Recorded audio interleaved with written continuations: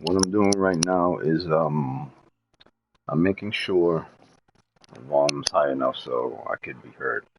So I finally decided to get into the DLCs of this. So I'm probably doing the two different type of DLCs today. I'm gonna do the Zombie Army one, and I'm gonna do the World War Z Aftermath one. But I'll do that later. The main thing about this is that I didn't think that DLCs would be better than the campaign themselves, but they actually are better than the campaign themselves. Not only are the DLCs better than the campaigns, so you have the campaign of the game, which are very good, very funny.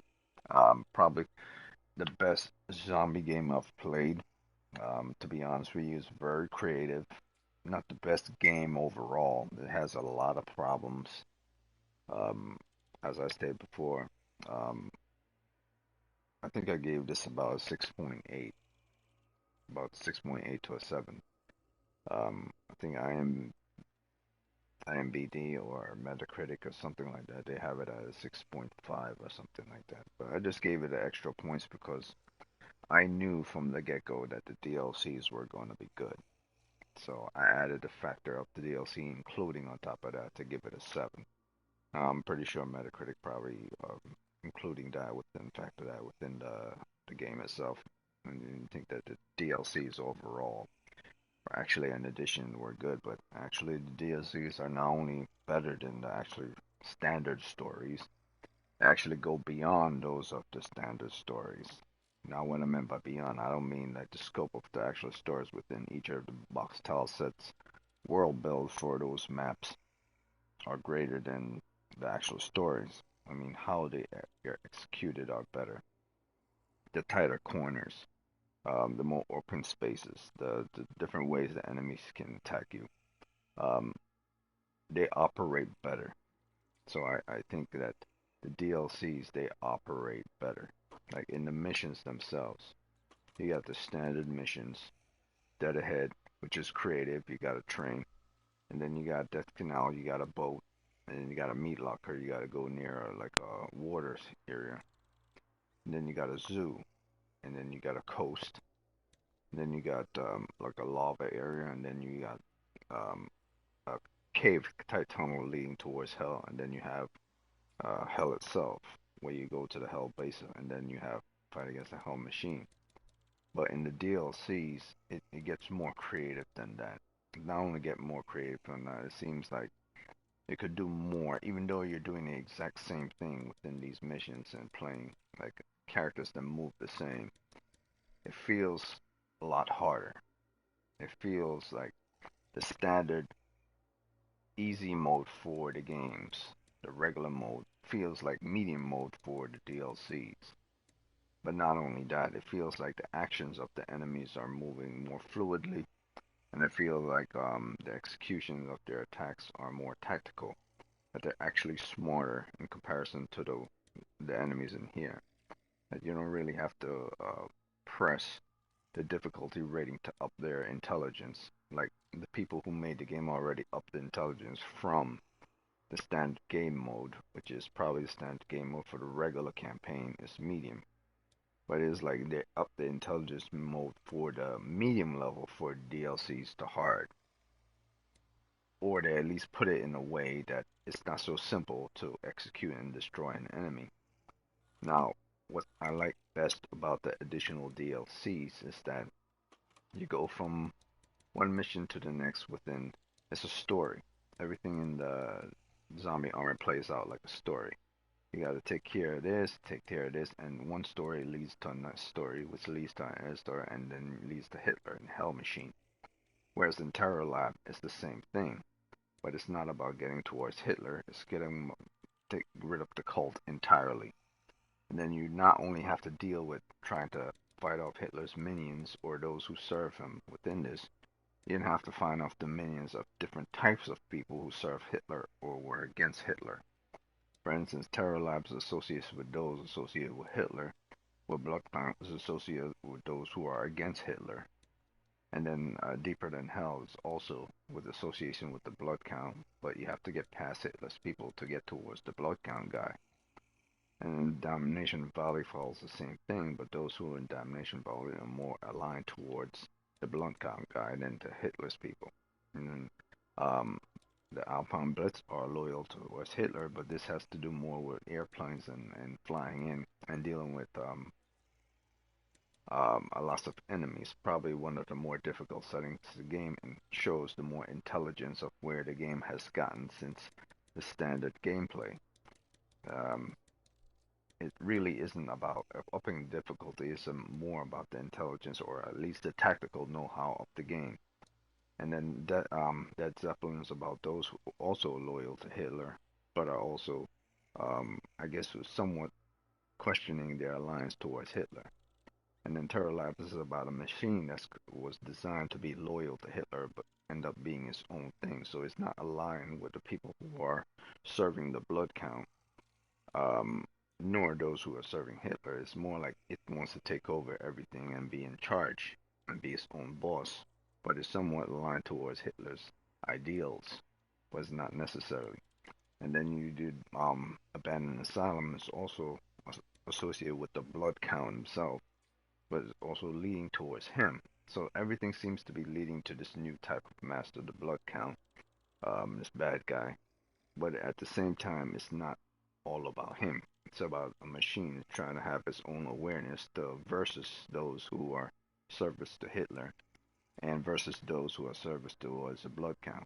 While at the same time showing like a new utopia of intelligence, or not intelligence, more of awareness within the monsters who are trying to separate from loyalties towards any of these factions. And you could see it once you play in the game. You could see that each of these type of factions, those loyal to Hitler, those loyal to the machines, Hitler machines, and the blood count, are all warring against each other to rule now. I like the Terminal Labs; it's very good, and the DLCs are, you pretty much have one standard enemy, those loyal to Hitler's in the standard story. But now you have three different type of enemy types, loyal to their own different type of stories. The original G's, who are associated with Hitler, those who are loyal to a blood count, and those who are now following the loyalties of a machine because it's controlling them, or they find it more interesting to associate with something more tactical that way. But the story, not only the story, is also interesting about this, but now if you jump into it, you get to have different type of let me see. Let me just pick a mission. Let's start off with the first one because I'm going to start with the first one anyway. And you get to put it on the mode that you want, standard, medium. Put it at default level 4. Well, let's just put it at 3 for the moment. And then you get your standard different documents and stuff you got to unlock. The same as the original game. The one main difference is that now you get new different weapons. Well, I wouldn't say the main weapons, main difference. I say it's more like additives towards that story. Not only do you get more items or more unlockables and more weapons, you also get new and far more interesting emotes, taunts, and headgears and characters. Um, Especially one of the main and more probably one of the most beautiful things about Zombie Army is that the creativity that went in towards the design of the costumes. Whereas the first Zombie Army 4 you have the regular characters, which is Boris, June, Carl, Shola, and then you have their alternate costumes.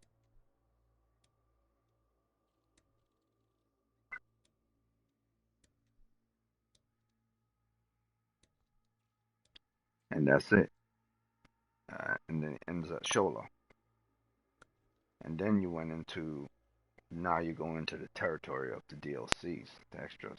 So you now have Hector, you have an old man who's a zombie, then have Josh, who's an explosive expert, and you have Weiner, who's actually kind of a medic, and it sells all their stats and traits just like the regular characters, but is far more effective and more efficient. Like if you were to take these DLC characters and you place them within the regular game, they will definitely survive far much better than your original characters is within the regular game. Because I guess they were made to tackle a much more difficult type of enemies within the DLCs, or at least order to tackle more difficult type of traversal, uh, jumping over things, landing on things, climbing things, running, dodging enemy bullets, dodging enemy melees. That they made it so more efficiently that you get to have a more selection of characters to choose in order to deal with certain type of new enemies and as well as old enemies boxed in within certain areas, close tight corners, and so on and so forth.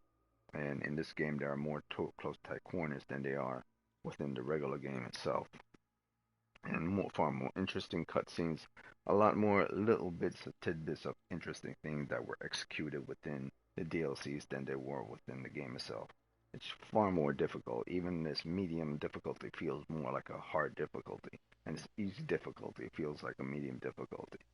It's far more better. It's far more interesting. There are far more things to do. It's far more creative. You could tell the color difference is also different, and not only color difference, but the characters' designs are far more fluid in not only in their movement, but within the design of their characters and how the guns and everything were designed and moved, as well as the ridiculous amount of headgear and attachments that you could put towards what they're wearing, not just the clothes that they're wearing, but what they're wearing on top of their head. So if Zombie Army 4 is known exclusively, I wouldn't say known exclusively, but known mainly for its headgear. And headgear meaning whatever type of mask or monster type of or Halloween stuff or anything that has to do with putting a type of zombie type of skin over the head, over the face, or a mask or somewhat to associate yourself with the type of world that you're dealing with. This is a world of monsters, and monsters all deal with the perception of physical expression of the face, not of the body. It's more like hiding yourself or distributing yourself through your facial terror that you express towards enemies, and it has to do with the mask you're wearing or exactly what's on top of your head or what's covering your head or what's around your head, so on and so forth. So Zombie Army 4 has that type of thing that a lot of other games that has extra content and extra DLCs also has, but it's not as interesting and as appealing as Zombie Army 4 because most of the stuff that they have within this game are very much steampunk-esque, not cyberpunk, but more steampunk-esque type of creativity. Very horror associated, very supernatural associated, very steampunk associated. So it's very much to the liking of those who like steampunk type of pre modern era. I say pre modern eras during the time of when steam engines were still used before the digital age or before the electronic age of computers came into existence. That most things were powered by not simply by dams that distribute loads of electricity towards light bulbs that give power to certain things or energy that based on gas fuels, but everything that was based mostly on standard electricity of water flow, of waterfall towards to generate the amount of current you need towards to get anything up and running, or just gears specifically, gadgets, gears, and use of gears in order to create a certain type of trajectory. Everything that's considered analog and not digital. So I like it very much. And so without further ado, um, I could go into the emotes and stuff. Most of the stuff you unlock as you do daily or weeklies, or as you progress through the game and get to a certain level. So the standard of this is still the same. The default red, alive, dead, calm, lighten up.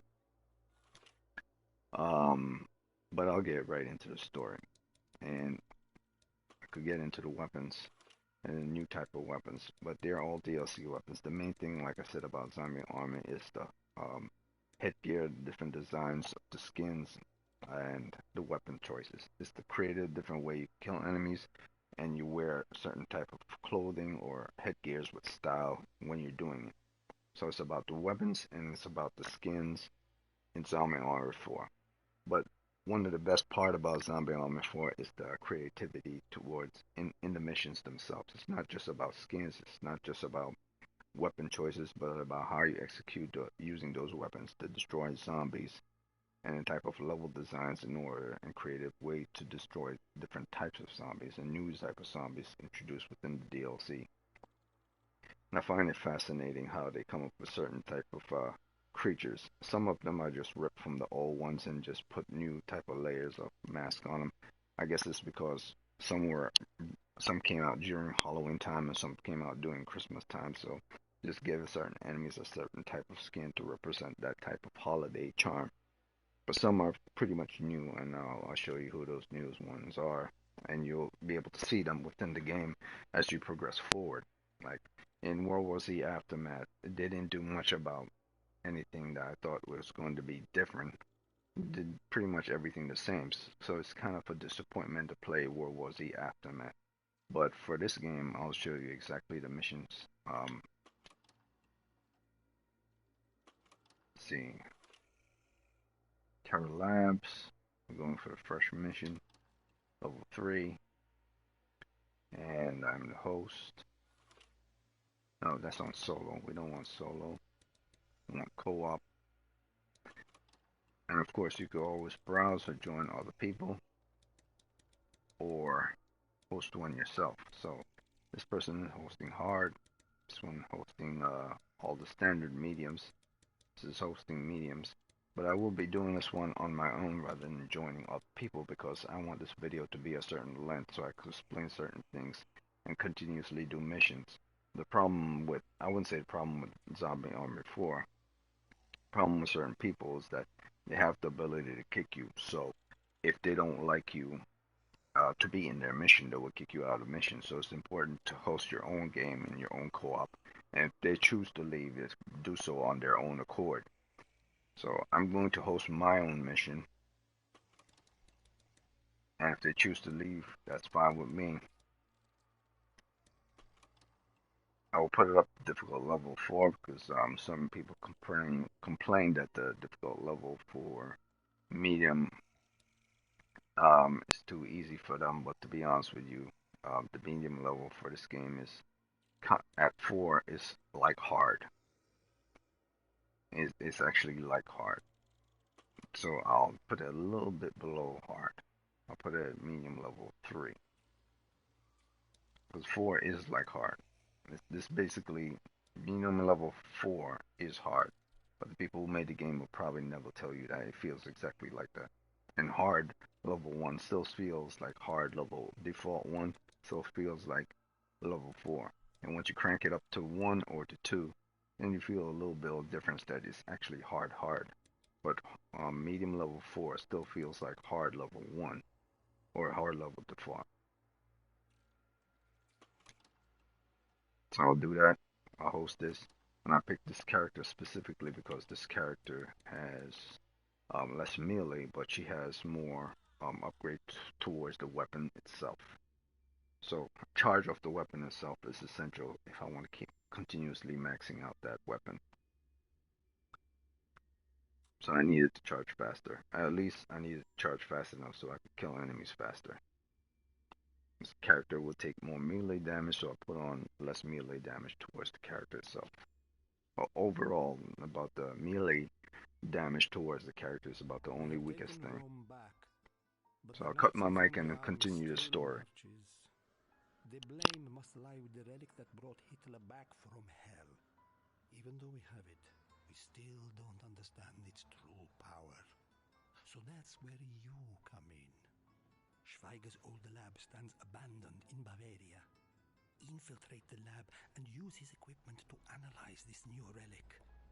HQ doesn't trust anyone else with this. Don't let the relic fall back into enemy hands.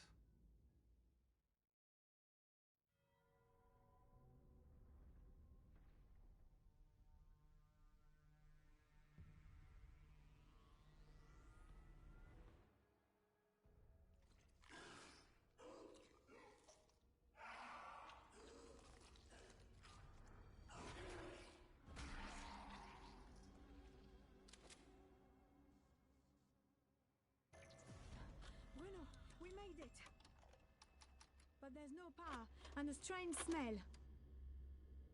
Find a way to restore power. Once Schweiger's lab is up and running, we can begin decrypting the relic.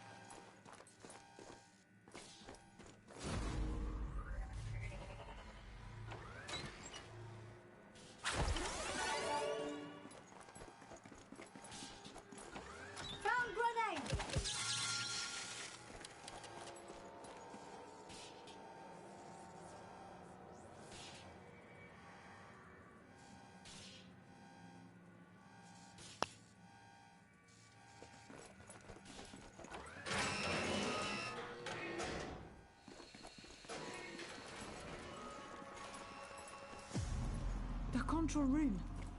Perhaps we can restore power there.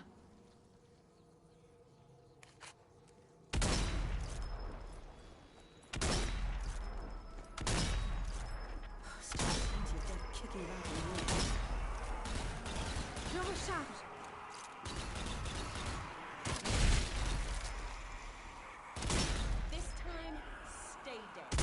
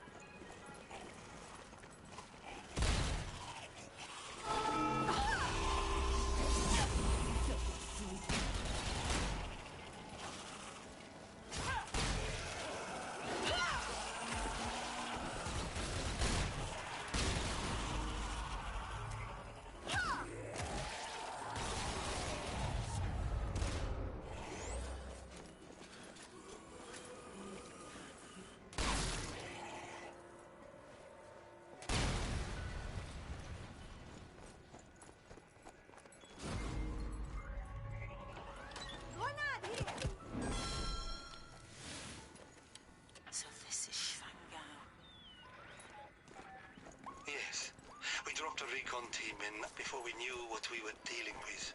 They went dark on touchdown. No survivors. Of course. Unlucky sods had no idea what they were dropping into. Found a weapon attachment.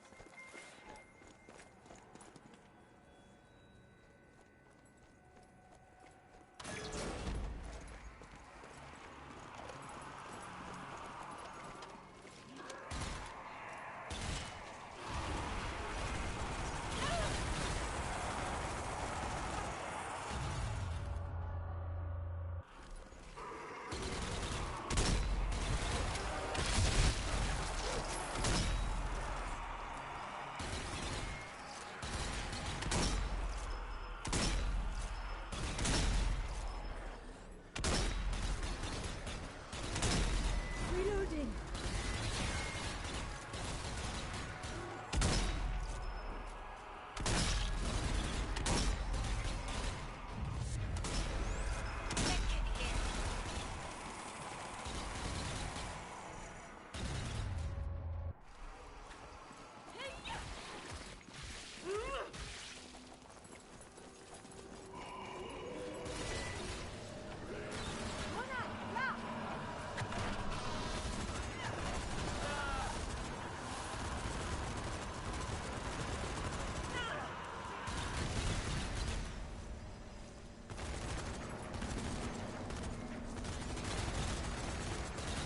That'll teach you.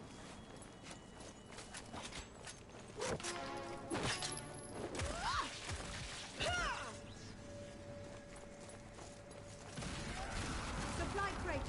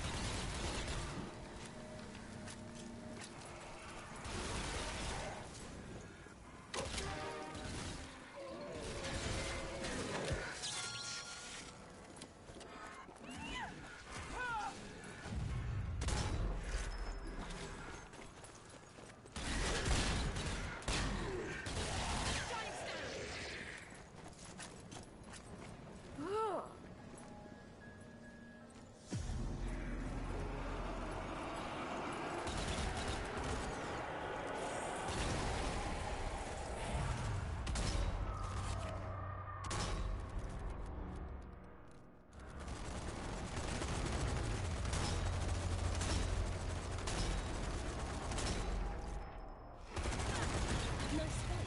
Mind if I take it?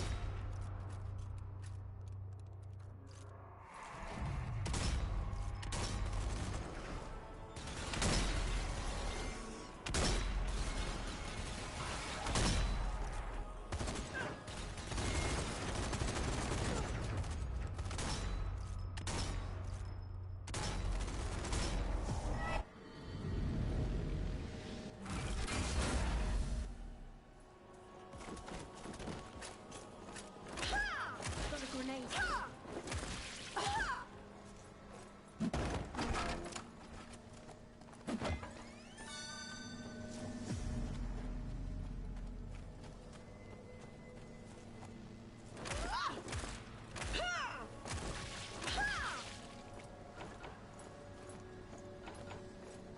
Tripwire right here.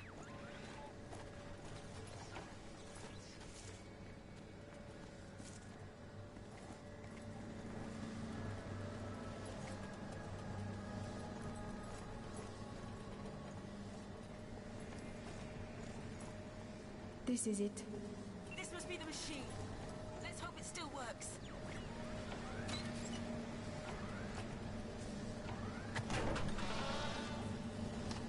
Oh, I would hate to be a zombie right now.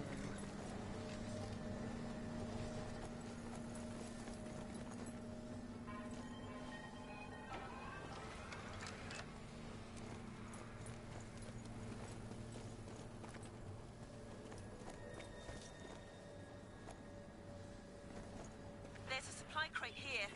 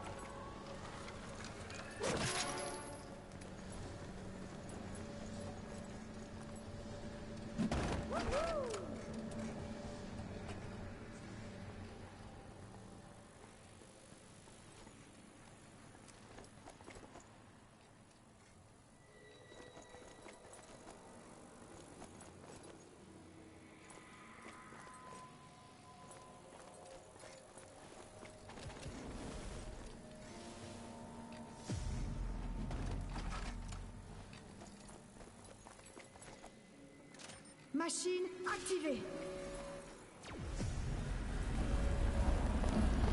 Oh mon Dieu! What was that? Hold your ground. Protect the relic.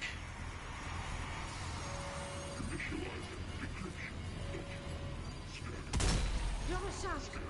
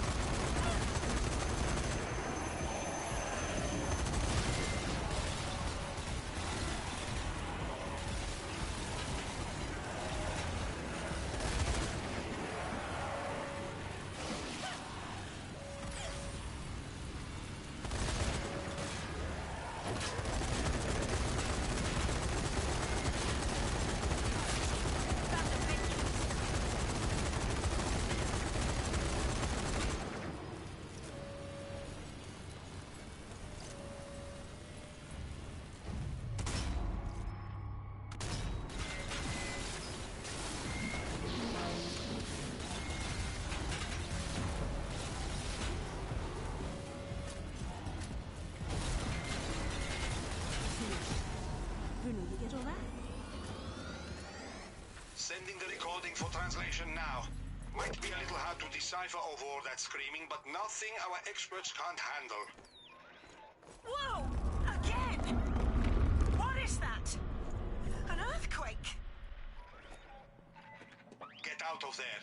We'll reassess once you're safe.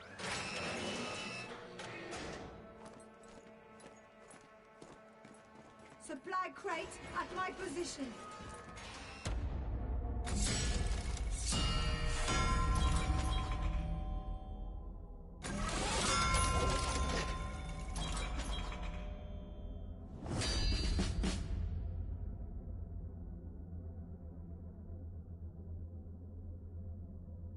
These must be Nazi officers' quarters.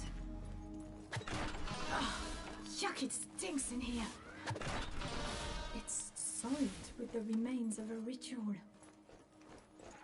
A ritual? But that would mean...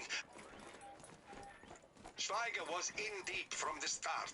He blamed himself this whole time, but it wasn't his discovery. He was guided.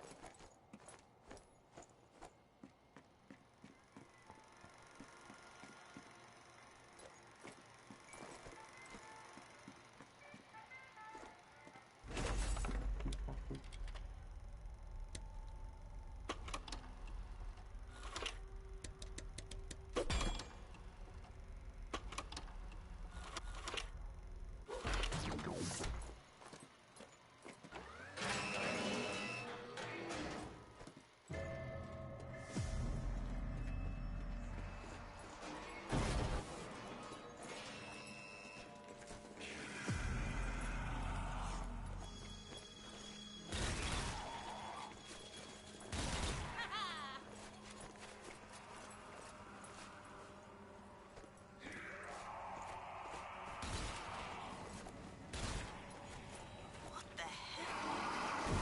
There's some kind of barriers around it. Oh, it looks like it's coming from the clock tower. Do you think we triggered some kind of trap? A defense mechanism.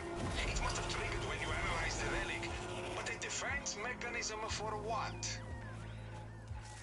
I'm updating your objective. Push into the town and find out what they're hiding. Aim for its heart!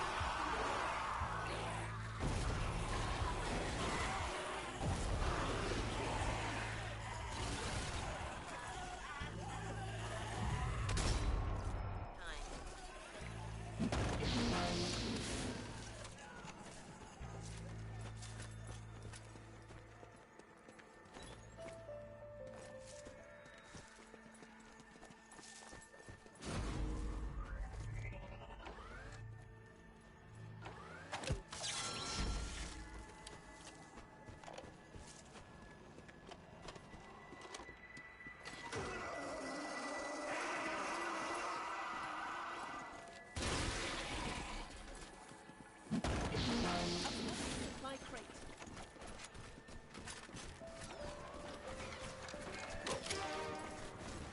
Such violent opposition. Maybe they are defending something. The Nazis evacuated the town. Whatever they were doing, they didn't want anyone interfering. Crap! We got armored giants!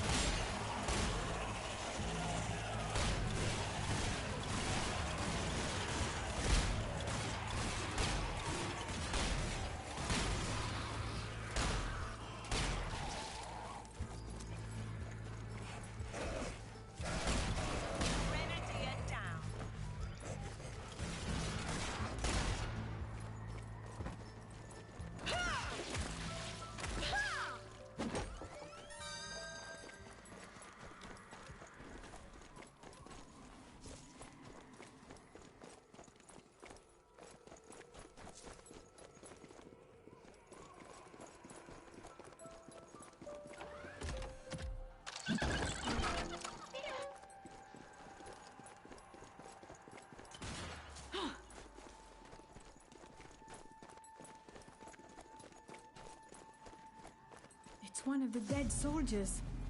A parachutiste.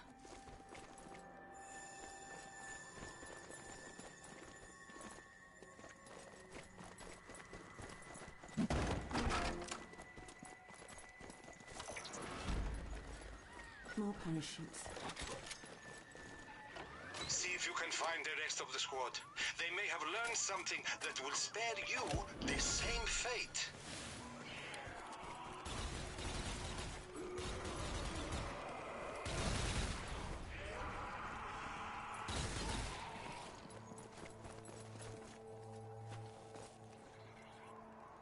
Found zombie bait.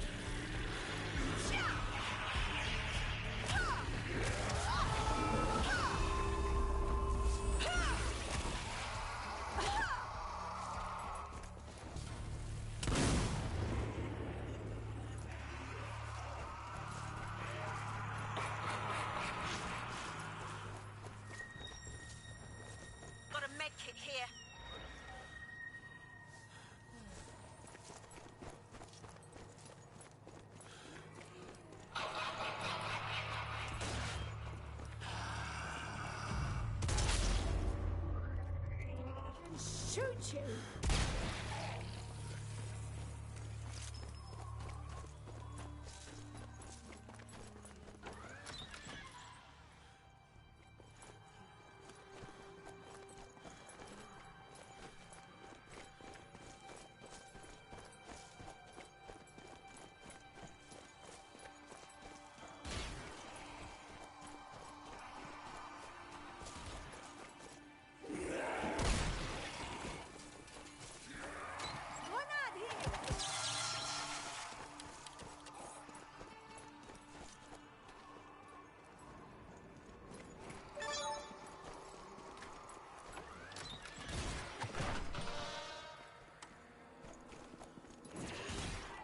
Nice. Found a supply crate.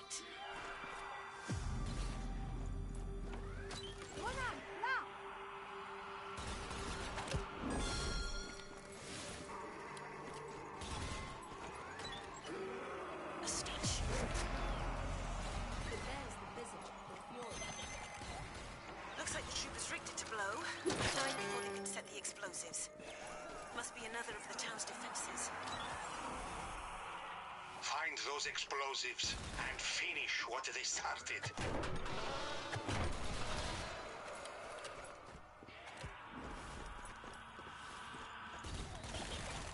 Reloading.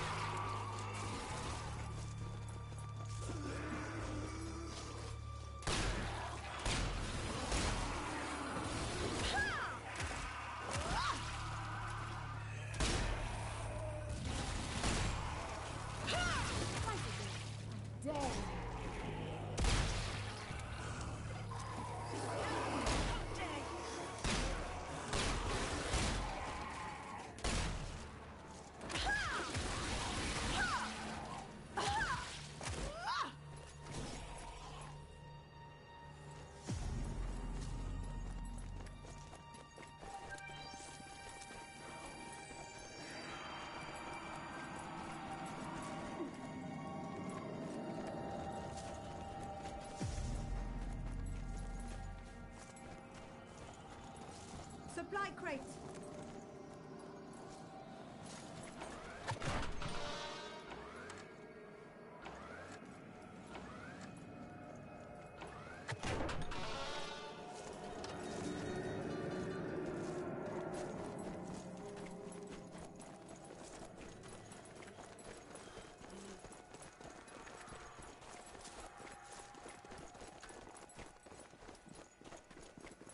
Found it.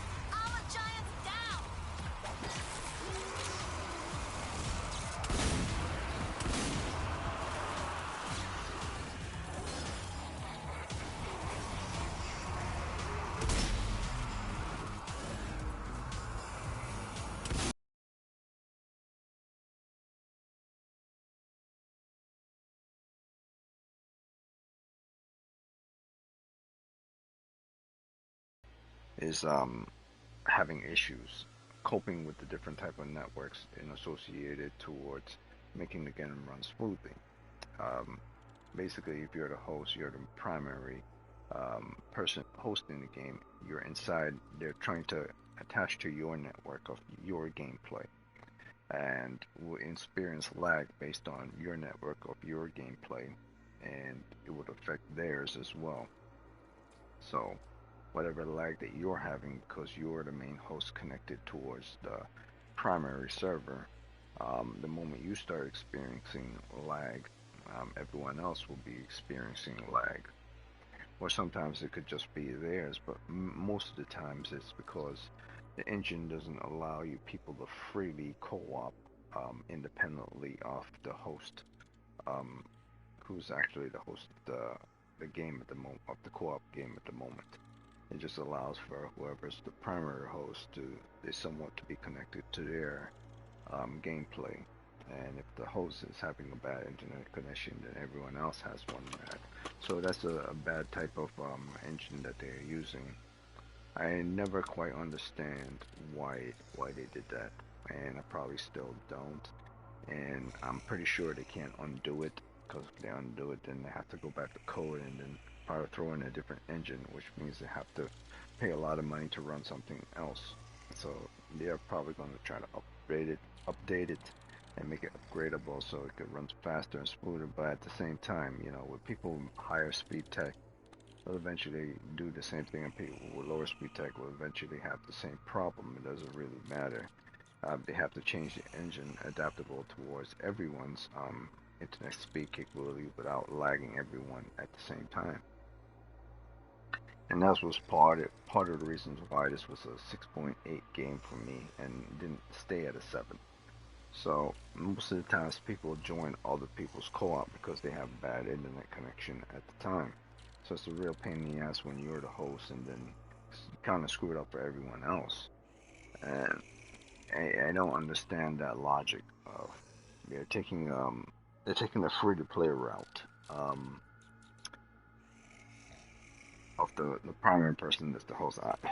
I won't even get into it. I don't understand why they did that, and they could have fished it out a little to make, if they're going to have that type of engine, to make it at least be ahead of the times with regards to people who have old internet connection to people who have new internet connection, to adaptable towards everyone's functions, whether someone's faster or has the most up-to-date or most sophisticated to those who don't have.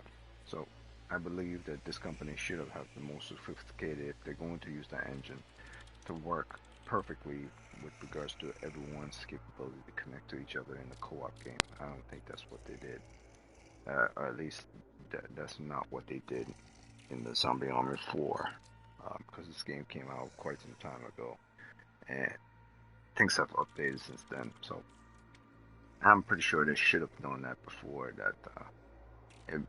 they make their next Zombie Army game, that's what was going to be a problem with people who continues to play Zombie Army 4, but I don't think they really gave a shit that much. And I think that's one of the reasons why this game is not in the 7 category when it comes to Metacritic and other critics on the YouTube or other gaming channels as well as newspaper articles about the game or blogs about the game. So it will stay in the 6 point something range, usually 6.5 and higher range. But I don't see it being 6.5, but I don't see it ever being an actual true 7 either. I think they have a lot to touch up on. So what I'll do is, for the next mission, since I already showed that mission, it doesn't seem that great in comparison to the average missions, but like I said before, as you play the DLCs, they seem to escalate. They seem to escalate in the canal and some, and see, that's the problem with my situation now. It's like, if I want to show off all the DLC maps, I'll have to connect to someone who is in co-op, who's running that map. And at the moment, they're not. So that's the problem. But sometimes it doesn't even have to do with my internet connection whatsoever. It just mainly has to do with the engine that they're running and having problems at the time. But most of the times with the engine that's running at the time and your internet connection to the internet itself both at the same time happening. So it was kind of a shitty situation that they just had to get themselves into, and I never understand because some people who have high-speed internet have the same issues as those who don't have high-speed internet. And yeah, I don't like that at all. But the first mission of the regular mission, Dead Ahead, is interesting because you're on the train, you get to traverse certain things. In comparison to the Terror Labs, I would say Dead Ahead is better. But here's where things just go into a much higher level. Because Blood Count, I would say Blood Count is kind of like a boss level or boss tile set map or whatever.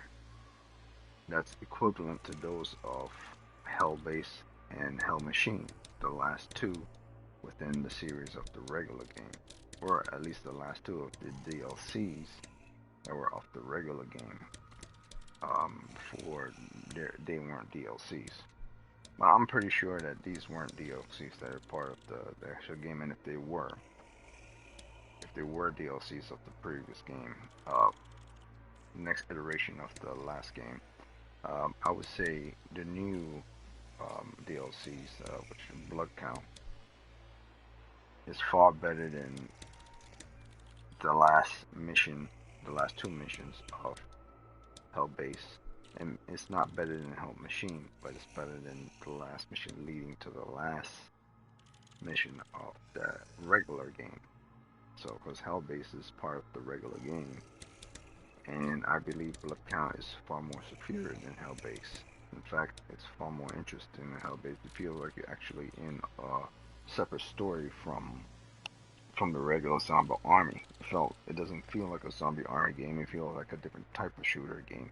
It just happens to have zombie armor creatures in it. So I believe the tile set and design for this actual one was quite interesting. And I believe this might have been dropped during the Halloween season. The Terror Lab, the Blood Count, and Deeper Than Hell might have been the first DLCs. Terror Lab, Blood Count, and Deeper Than Hell will probably drop during the October season, or sometime around that period, as a part of a terror Halloween thing. Because there's no way they could have dropped this in any other time. This was, I could say this could have been dropped another time, but I believe that this was probably dropped during the Halloween season. It just plays out that way based on all the Halloween type of masks that you wear and so on and so forth. So that's more logical. So from Terror Labs, which was kind of underwhelming first one, continuation of the DLC, things start to get very, very much more interesting with Blood Count. Because Blood Count and Damnation Valley and Alpine Blitz, things start to pick up very much. I would say Terror Lab and Deeper Than Hell are somewhat average. And in comparison to regular game, they would say average. Just like Hell Machine and Molten Nightmare and Death Canal and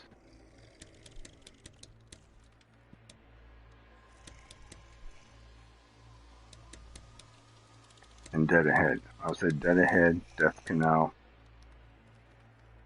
Zombie Zoo, Molten Nightmare,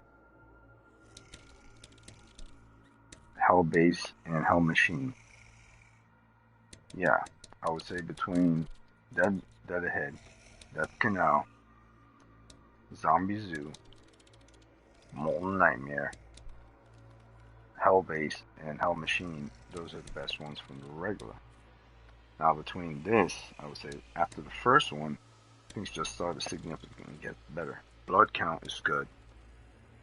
Deeper Than Hell is average. Damnation Valley, I would say, is also average.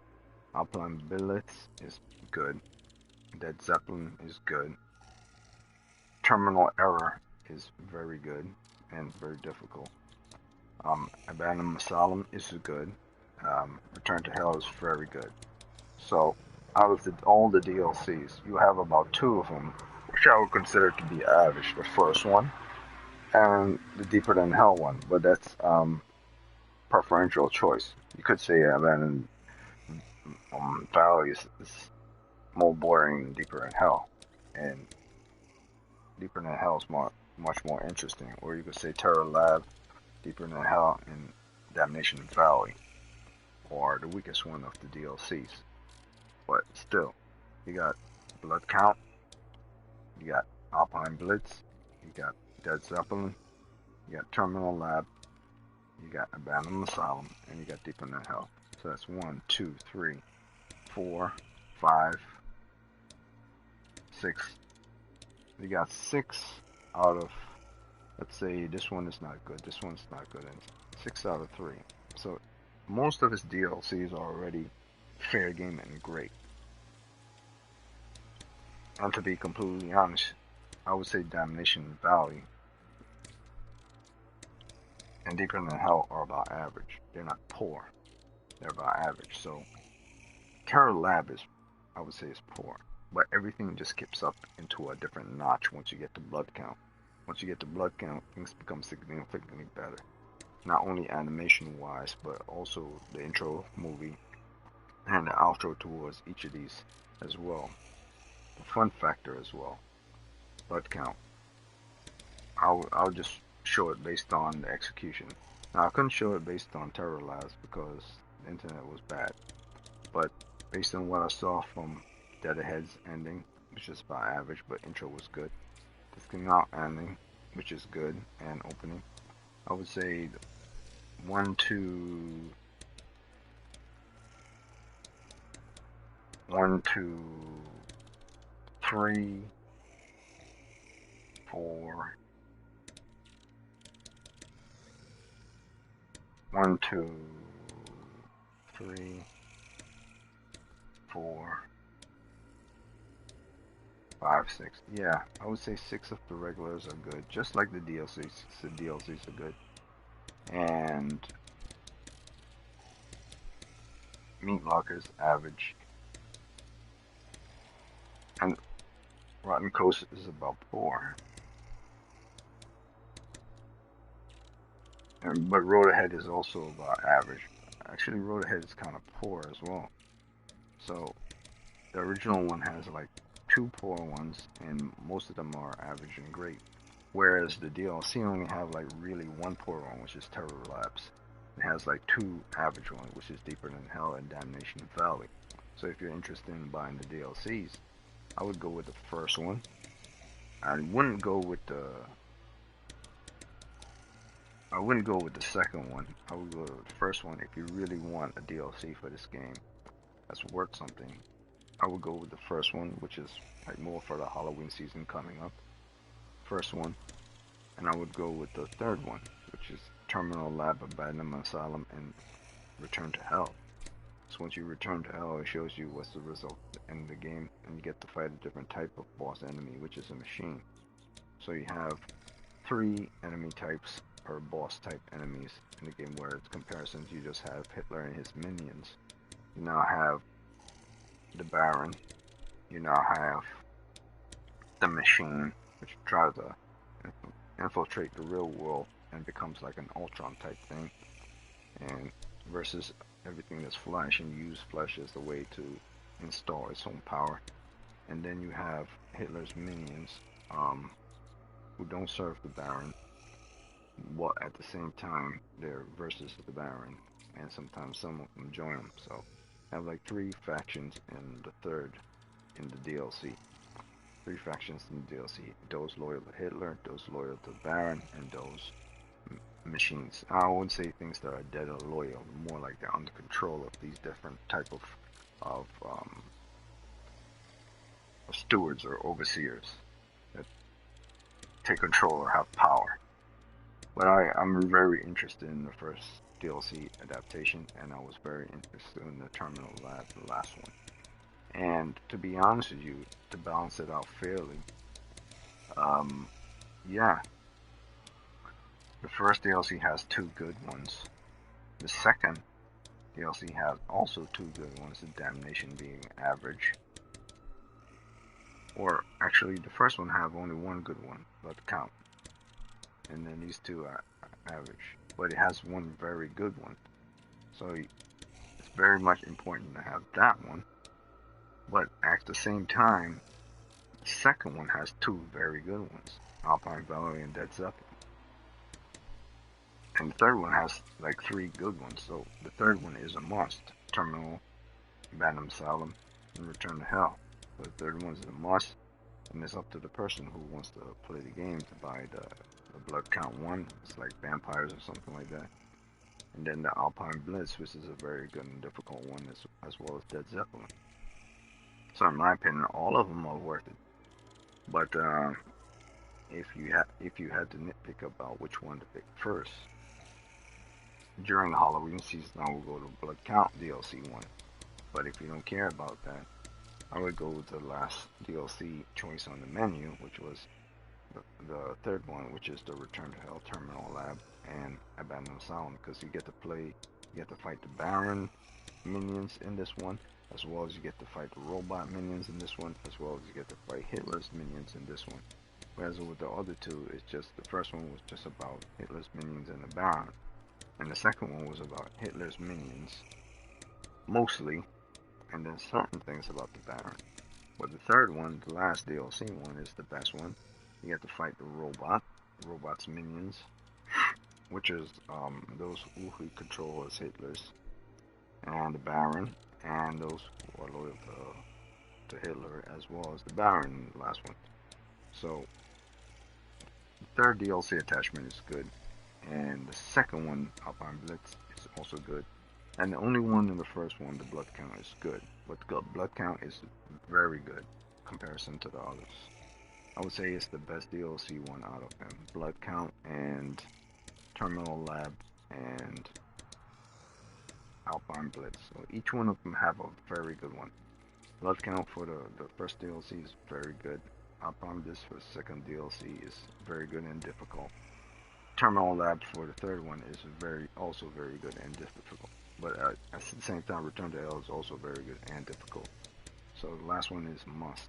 And if you wanted to pick a second one beyond the others, I would go with the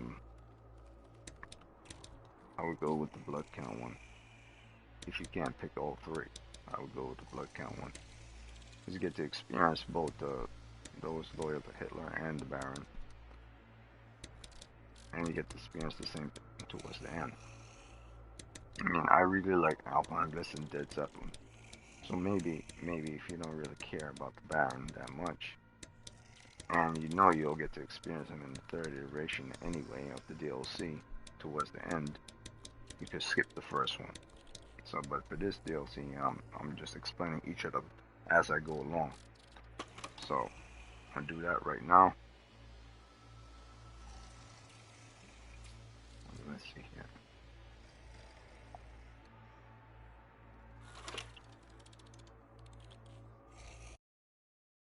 What? No. Hit the wrong thing. Alright, so I'll do that right now. And I'll put it on 4 this time because it felt kind of easy. So, like I said before, 4 seems like hard version of the regular hard for the DLC. Like, it feels like the hard version of the standard game. And the hard version of the DLC feels harder than the hard version of the standard game. In fact, they probably designed it that way to make 4 feel like it's actually hard version of the regular game rather than the hard version of the DLC. So that's what I'm going to do. But what I'm going to do first, I'm going to go back to browse and see if anyone's doing blood count. See, no one's doing blood count. So there's no point, I kind of have to do it. So I'm trying to make these quick today. I wish I could get to the ending of the story sometimes. So what I'll do is I'll do the first mission, and then I'll do the skip towards the 4th mission, towards the end. If people join me, great. If they decide not to join me, that's fine.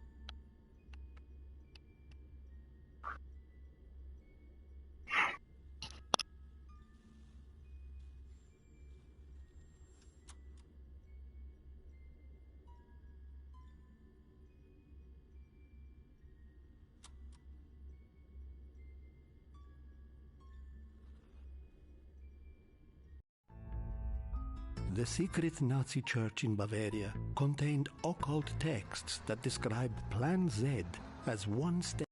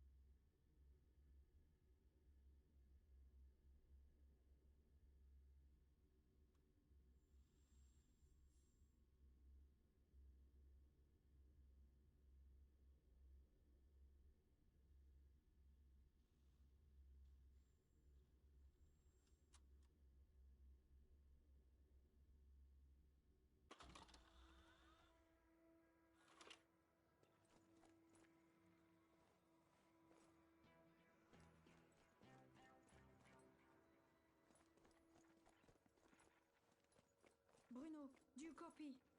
The castle is in sight. We were ambushed by some weird-looking creepers, and the truck was lost. Well, then you'll have to proceed on foot. Find your way up to the castle and keep me updated.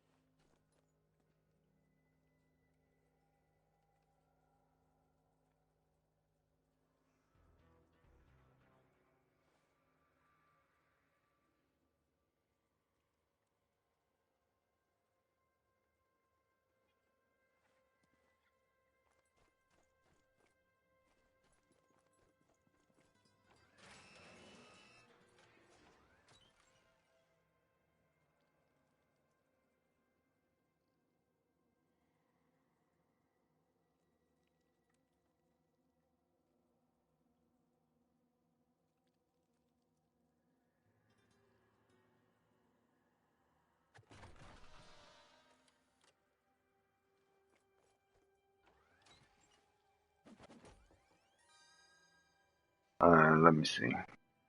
Let me check my phone right now. Damn, someone's actually calling me in the middle of this.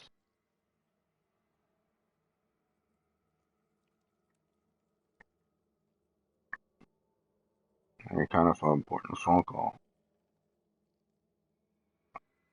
God damn it. Where's the times to call someone?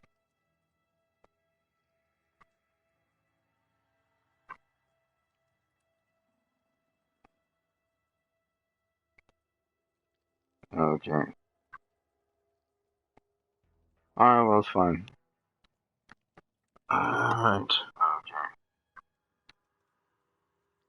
Alright, well, it's fine. Yeah, it echoes now. Alright. So I'll move. She's still. Another good thing about this game, the game actually tells you when you find certain. The other good thing about this, the game actually tells you when you find objects or when you find certain key items that are important for you to get. Not the collectibles, but necessary towards your survival as well.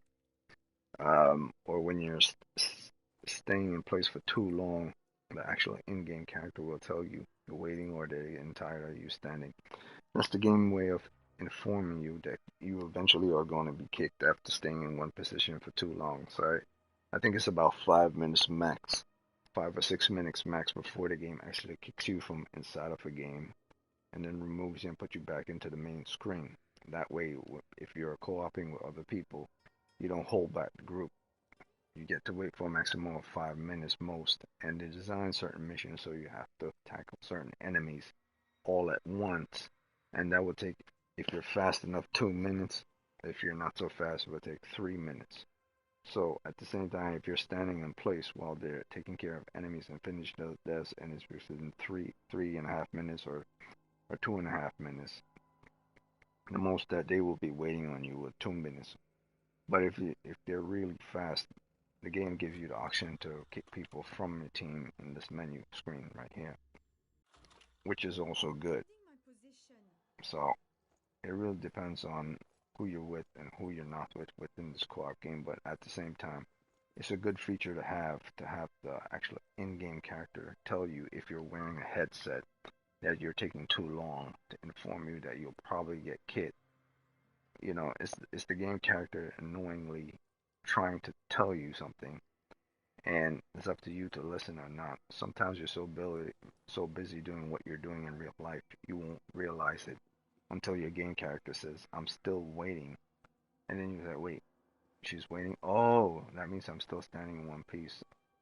So sometimes the people put in this little fun thing, and that's another reason why I gave this game a 6.7 over Metacritic. It's because they put certain little things within the game added that other games do not have. Um, certain AAA games have, but certain games at this level that not AAA games have. So I never really understand Metacritic giving it a 6.5. I understand its frustration, but I understand that they didn't look at every single aspect, including those as well. Because that's something that you wouldn't overlook, because it's not really something that's in the game. It's kind of like a quirk that's added, but it is necessary towards the game if you're not paying attention. It's a very good thing to have as well. It's not that great, but it's a small little reminder that you're taking too long. So let me cut this. Wait, machine parts? That reminds me of something. Hold on, I need to investigate. They also game. That man has the attention span of a child.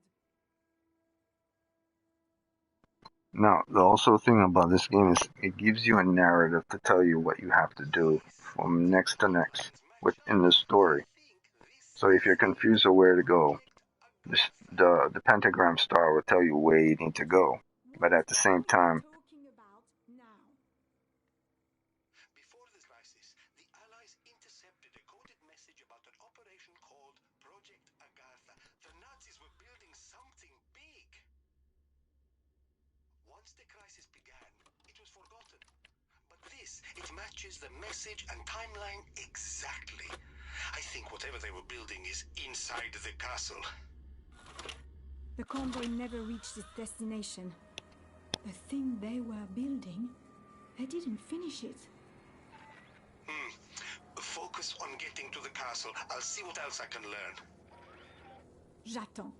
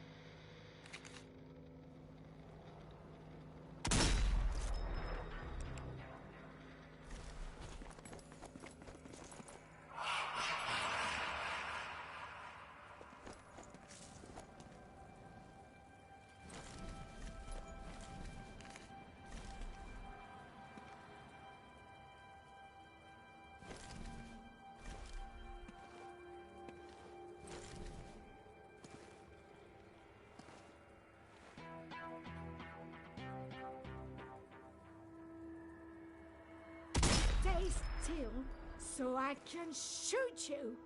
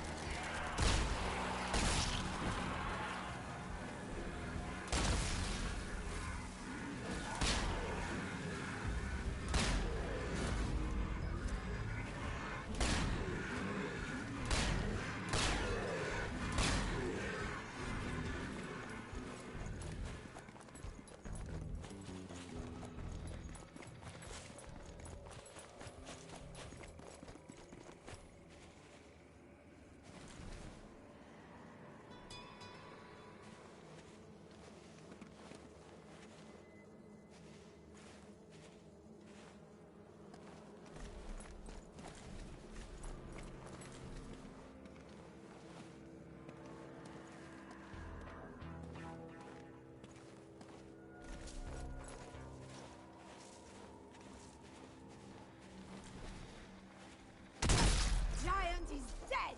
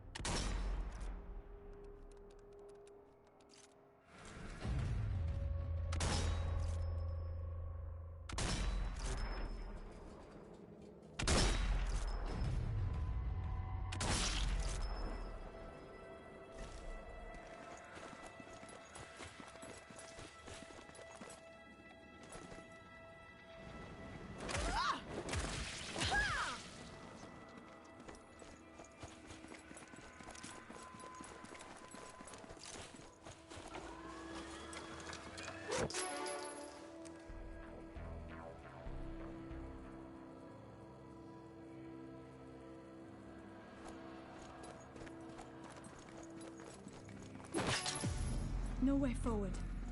We'll have to take another route. There are several paths up the mountainside. If you head along the river, you should find a way up. Well, it's so boring. Ainsi soit-il. I saw the comment. It's so boring because you have to understand it's the time frame when certain people work. Like this, where I am right now, it's early morning. People don't hop on until like a certain time. And it feels boring, and that's because the game is designed certain ways so that it doesn't overpower you with a lot of enemies. Because it's just you playing the game. If it had overpowered you with a lot of enemies, then it would have been a problem. Plus the settings on medium. If it was on hard, it would have been a totally. You'll be able to tell this. It feels boring because I'm taking my time. If I decide to run straight into it, you will see the difference.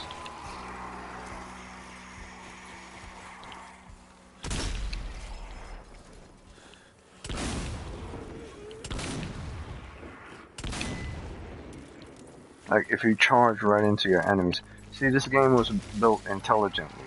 It wasn't built like it just gives you a lot of enemies. It's built on how many people are within the game, and versus the type of enemy that should be put against you, so on and so forth. It puts a lot of focus on enemies against you while you're playing the game, all at once. Then you get bogged down, you'll get bored. Well, not bored, you get bogged down, you get swamped, and you won't be able to enjoy the game because It's too difficult. They're throwing way too much enemies at you. Like, now it feels like it's picking up. Because I was at the beginning, I was entering the location. Now you see a lot of hordes of enemies coming at you. Because I've entered a horde location. And you will see heavy gunners and so on and so forth come at you.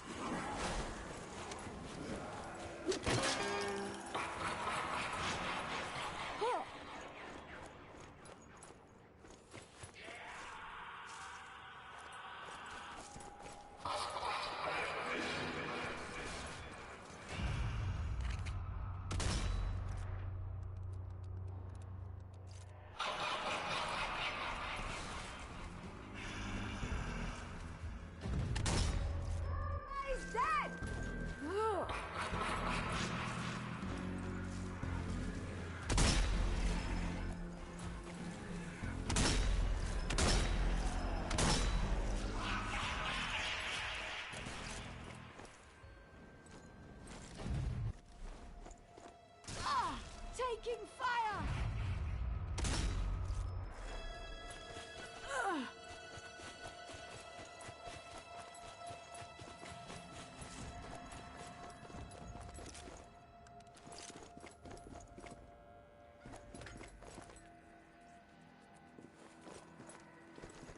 Yeah, this game can seem boring. I fully agree with you if you're not co-oping with a lot of The people. convoy splits here.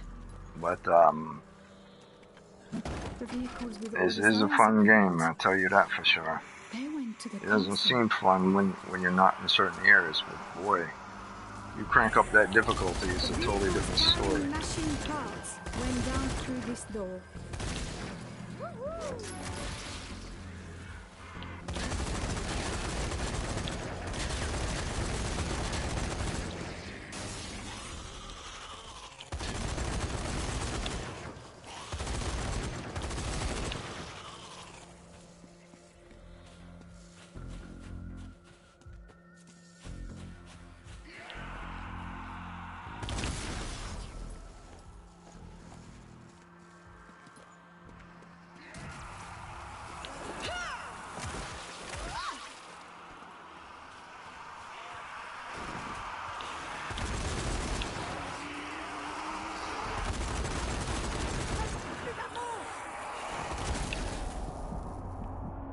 You shitting me?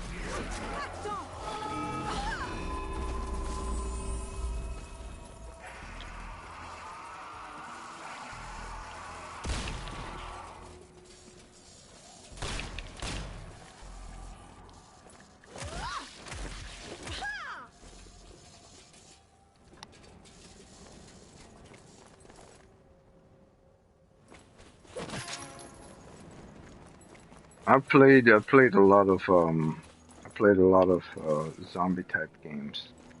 And what makes it feel boring is that you don't have people to co-op with when you're soloing it. But here's the thing about this game: even if you don't co-op with someone else, and it comes across as boring, it really isn't boring. If this was a single player solo game, these would be very interesting environments. One person versus so many zombies.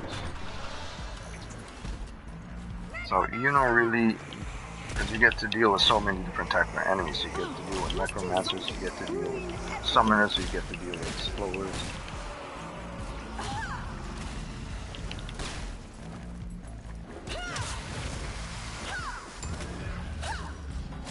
You get to deal with runners. You get to deal with that, whatever the hell that is.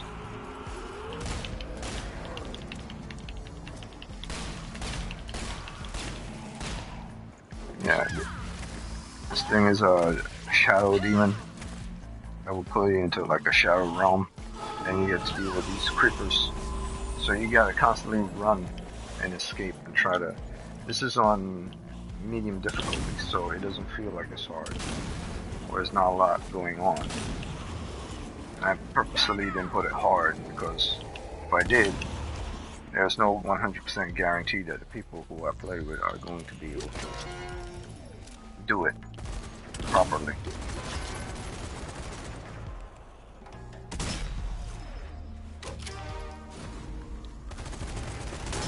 Fucking gunner.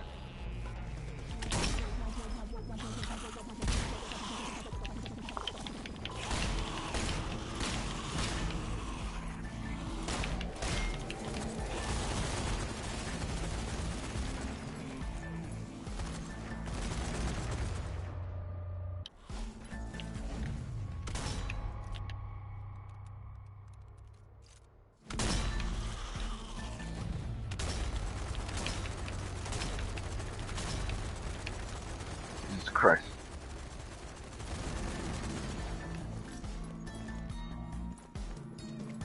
It might not seem like much is going on this, but when the enemies start coming at you, it's a different story.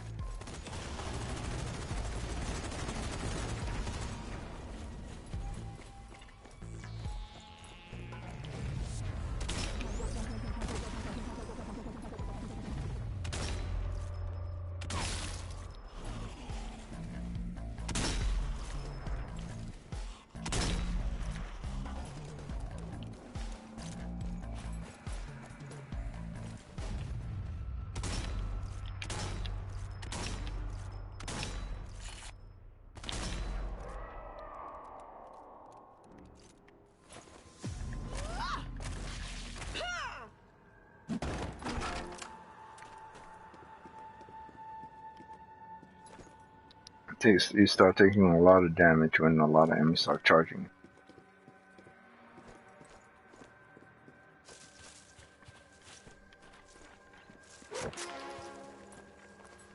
I mean, I've played World War Z, I've played Call of Duty, Black Ops, I've played Killing Floor 2,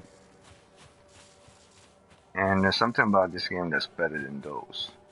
For the simple reason, this game's main emphasis is to create monsters to put in your way, whereas those games are specifically different type of you're fighting mostly human enemies, or you're fighting a certain type of monsters within a tile set specific for those type of monsters, whereas this is more like a fleshed out version of those. It's a more expansive version of Killing Floor 2, but it's a more condensed story than Call of Duty Black Ops, which it just feels like a additive of just enemies turned into zombies and so on and so forth. It feels like a smaller version of Dying Light, but without the parkour, or a smaller version of say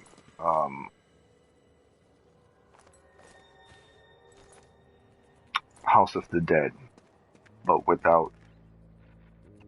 not in first person. It's like House of the Dead, but not in first person.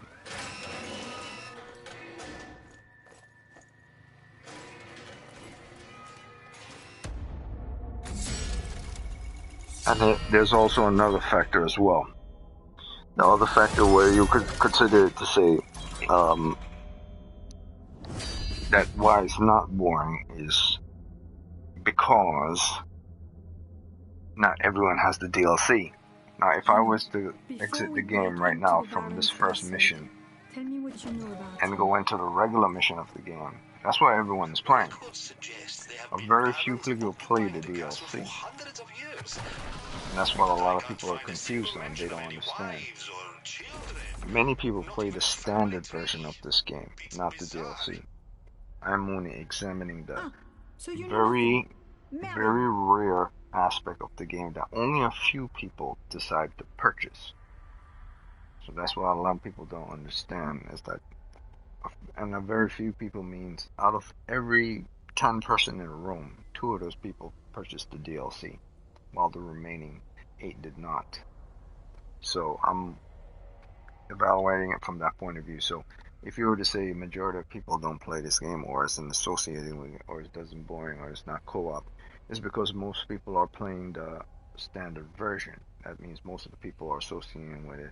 They're having fun or fighting are within the standard version of the game, not the DLC version. But those people are kind of silly. In fact, I'll consider those people to be kind of ignorant because the better version of the standard game is within this DLC. Like the blood count have like vampire stuff. It has a count in the castle. Terminal Lab has it because if I was to exit this game now, because that was the first mission of blood count, which is you just head up to the Count's castle. I'm not even at the Count's castle yet. So you just head up to the Count's castle. You then have to enter the Count's castle and fight the Count's minions, and then you have to actually release the Count from his imprisonment. See, what this was blood count, and this was chapter 2. That's the one. And the one I was on now was the second chapter where you get to enter his castle. Now, if I was to go all the way to the last mission, it would be very different. Now, see, my difficulty is on medium 3. So it feels like there weren't a lot of enemies there because by medium difficult default, the game puts only a fraction amount of enemies with regards to the single person that's playing the game. And then it multiplies it by 4 because there's a total of only 4 players can join, 3 additional players can join you. And then multiply those enemies by 4 in default mode by how many people are co-oping with you. So if you put that multiplication 4 times for your default status, that's 4 times the amount of enemies for you playing on default. So that's why I had a certain amount of people, like 3 times the amount of enemies for just myself. Those amount of enemies you saw me fight would have tripled that amount if there were like 3 other people within my party. So that gunner that you see there, that single gunner, would be 3 gunners. It wouldn't just be that guy. And we would have to fight 3 of those guys. Or it'd be 2 gunners and 1 flamer. So if I was to put this at 4 times the amount of enemies now, at medium difficulty, not even on hard, that would now 4 times the amount of enemy charging me. And probably 2 gunners this time for myself. Or maybe just 1 gunners and 4 times the amount of standard enemies. But the moment 1 other player joins me, it would definitely be 2 gunners now. And the moment 2 other players join me, like, so it's 3 players plus myself. We'll now have 2 additional gunners, maybe even 3 gunners. So this game really isn't boring at all. It's based on the settings that you want. If you want to play this game on hard, let's say I kick it up to hard and then put it at default, it's more likely I'll get more players to join me because they want to experience something more difficult than medium. They want to have somewhat of a challenge. So now moving forward, I'm gonna have it on hard at the last level. Because I showed the intro, now I'm gonna show the outro for this mission, and I'm gonna put on documents and zombie hands because I'm missing 2 documents on my character. Another fun thing about this game is you can actually put on perks to indicate where documents are and where you can find them. So documents. Okay, documents and zombie hands. Zombie hands.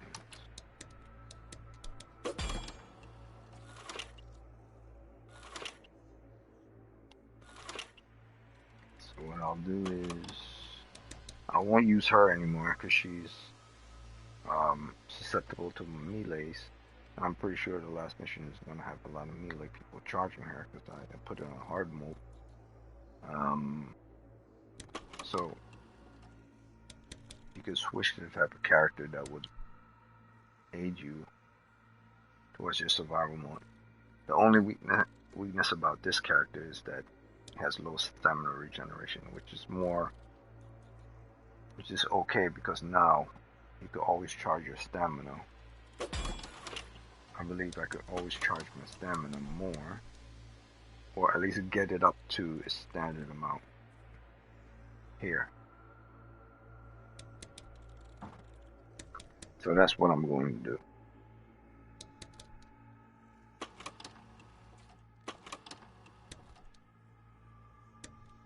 I'll take my time. Yeah, I need this to do more damage. And I need zombie hands and this fire and those documents. And so I'll cut.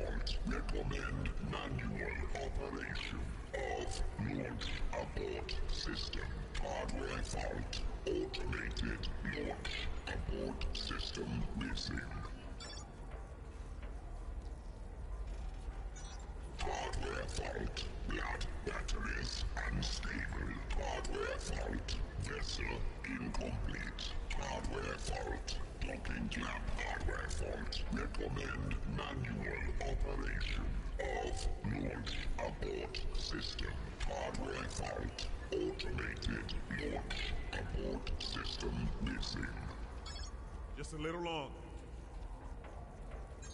Hardware fault.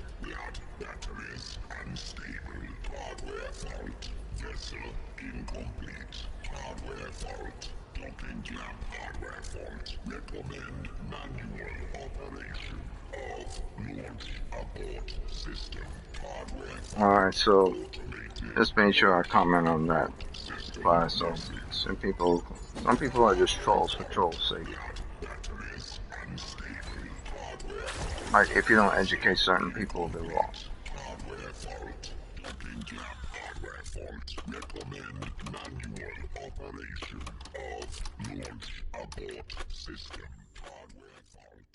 Like, certain people are trolls for trolls' sake. Or maybe some people just don't understand the mechanics. So, when someone says it's boring, I think that they don't understand. They don't understand how things work. I think that's the same for anyone who plays the game. I'm just making a comment towards that and including it within this video, so emphasize the point. If you don't buy the DLC, so I'll set it to this point right now before I continue the game. If you don't buy the DLC at all, then you will obviously not experience the actual mission along with other people. Because most people are playing the standard games, not the DLC's version, so you won't get a lot of people playing against you in a co-op mode. So it would seem rather boring. Also, during the time frame for which people actually play games are typically in the afternoon going into the evenings, where I am is the morning. So you have to wait till people get off work or get out of school and then come and play games, which isn't the case right now. It's still fairly early where I am, and it will pick up later on as the day progresses forward. There's also the factor of the mission selected choice that you pick. If you select a certain mission where most people won't play or aren't typically playing at the moment, then it won't go according to the way you expected it.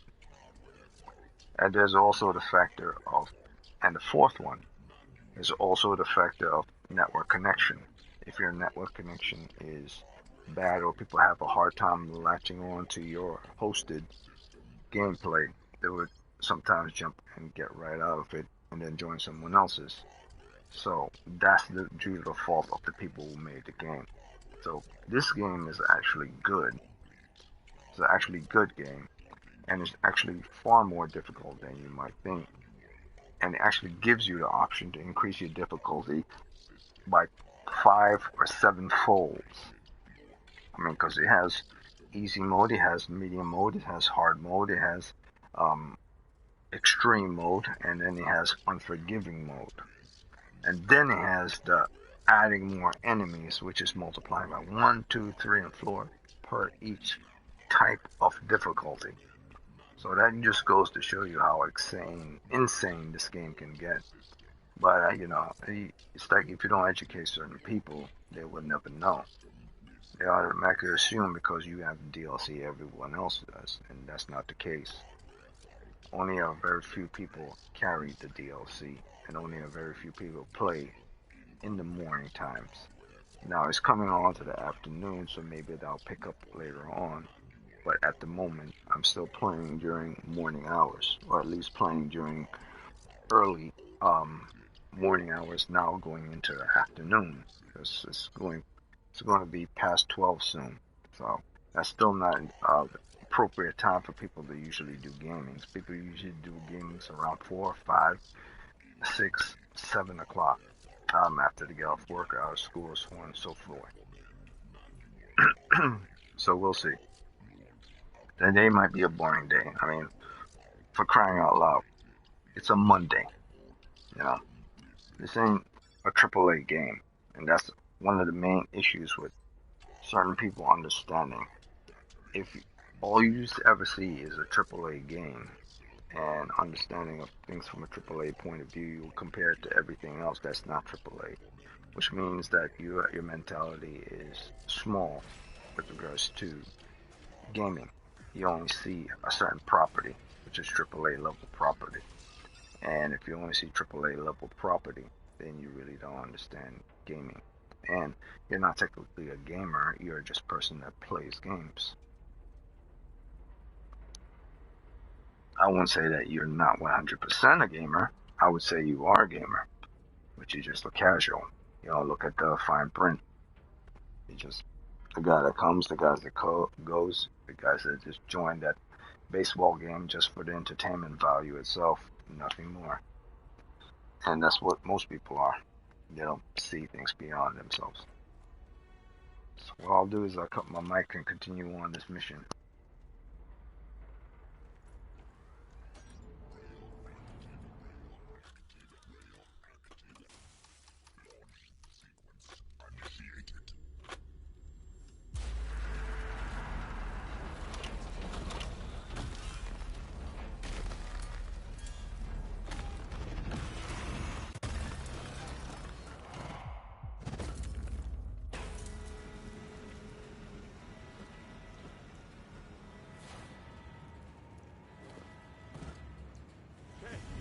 This is it. Come on, you got it. Bruno, you know much about heavy machinery? I'm out of my depth here, but I know somebody who can help. Hold on.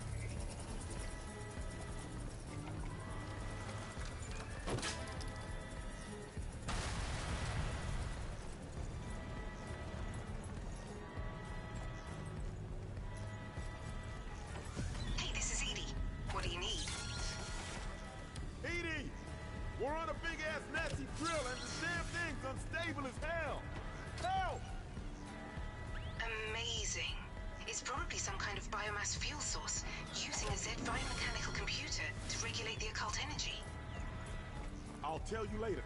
Just tell me how to stop it from exploding. Some of Schweiger's team used to be Nazi scientists. They never mentioned any giant Nazi drill. I'm guessing it's half ready. You'll have to do some hot wiring or something.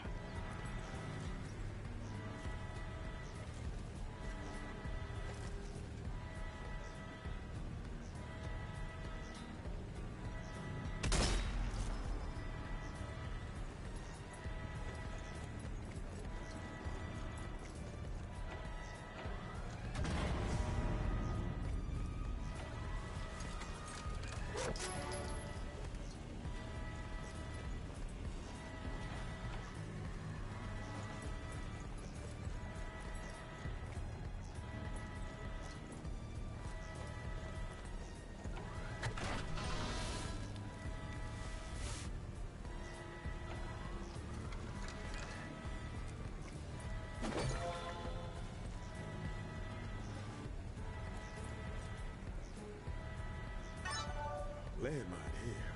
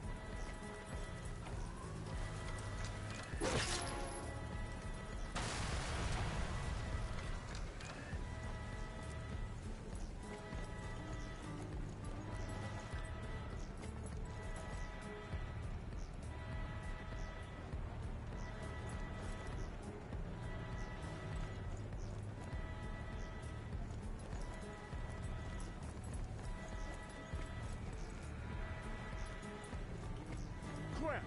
There's no way down. You can make one. There are bound to be construction tools they were using to finish it. Welding equipment or something?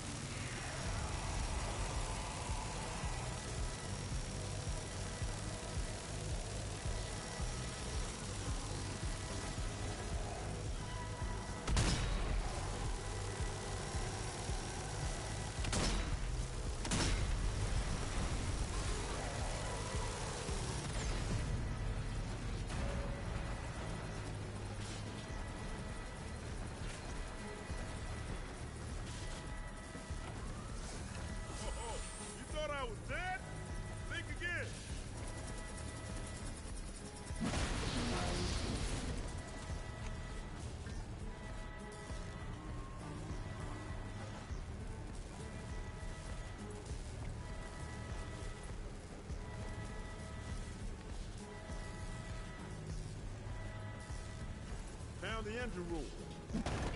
Sort of. It's more likely, though, you've reached the computer core that's regulating the engines. You'll have to connect all the blood circuits to let the core do its job. Probably wasn't rigged to regulate flow of heat and occult energy in there. Z5 cores are unpredictable, especially near occult power sources. I'd use sealed bulkheads with occult barriers to protect the core until some sort of biofuel circuit was established. Now this is more like it.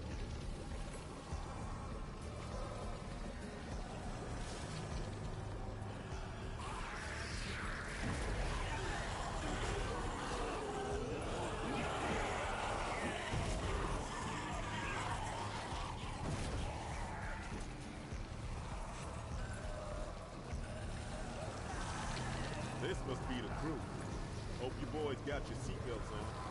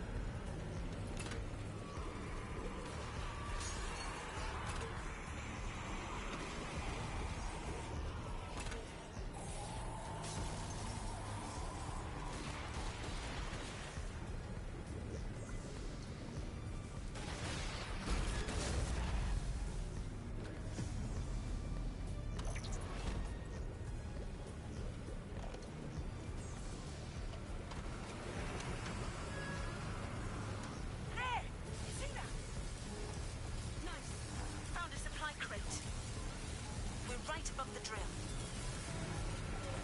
Mind how you go? Probably want to avoid falling in, eh? Right there!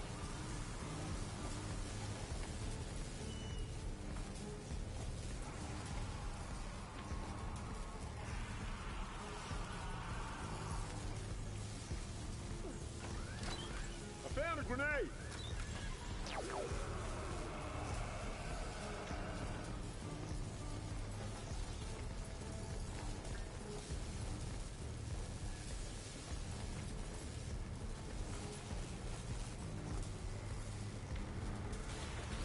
How the hell do I get that document?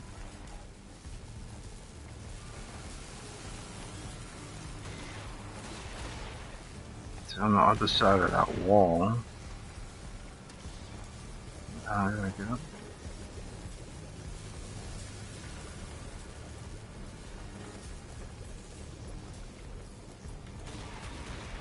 Must be a way to get in.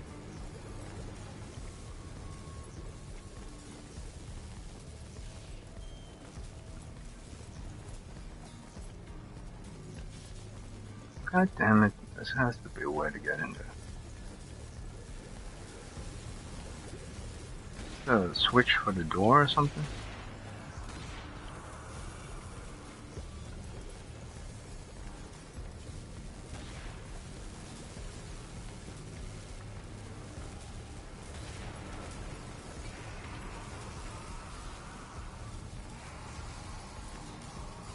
There has to be a door.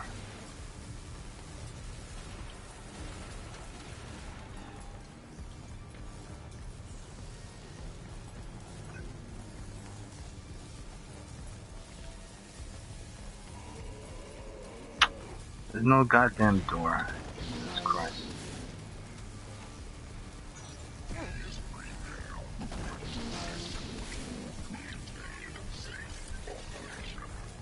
She pissed me off.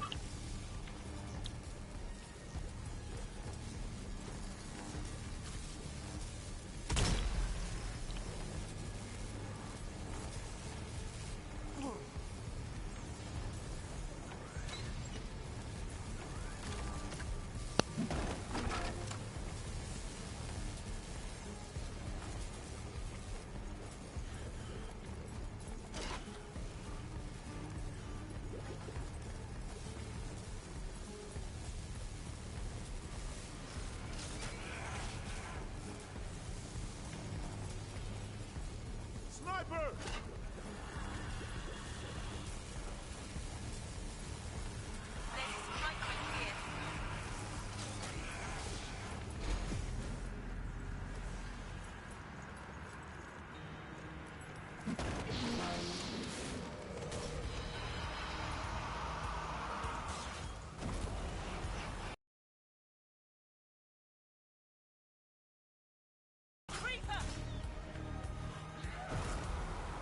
Aim for the head!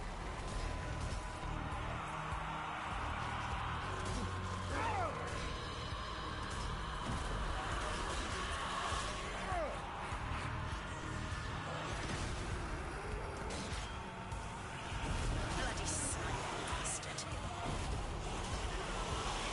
I'm almost out of bullets!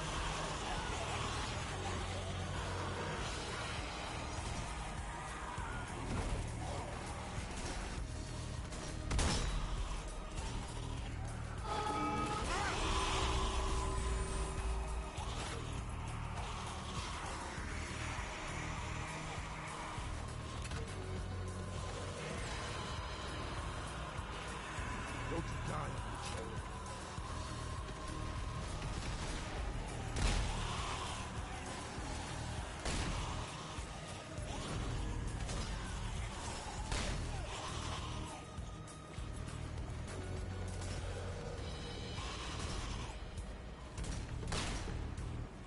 Engineers coming this way!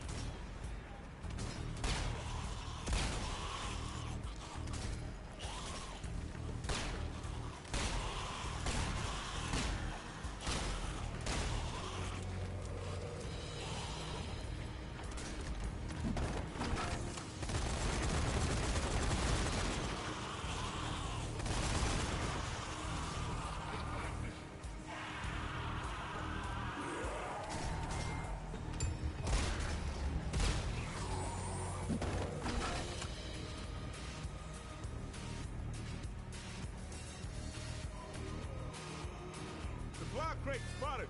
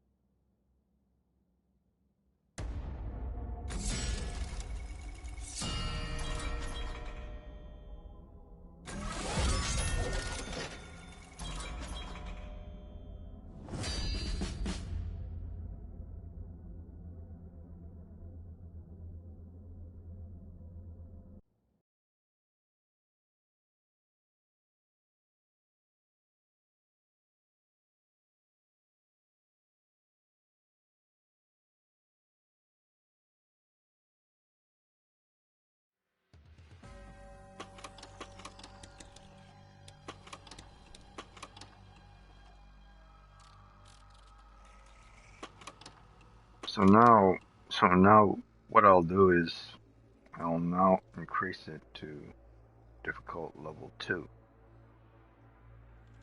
So it's on hard, but it'll be hard but difficult level 2. So what hard, medium, and easy means? It simply means the increase of damage type taken and damage type deliver. That's not really the amount of enemies, it's more like damage.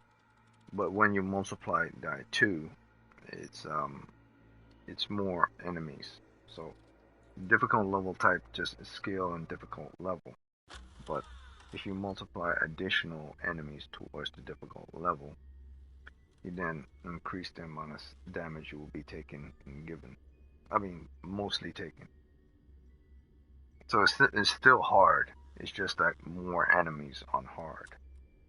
So the time it will take you to defeat them, and then to get to the next enemy and defeat that enemy, will just be doubled rather than triple or quadruple. I don't know if you can hear this. Your transmission broke up as you headed to the center of But the everything Earth. is. Whatever you find down there is crucial to the cult.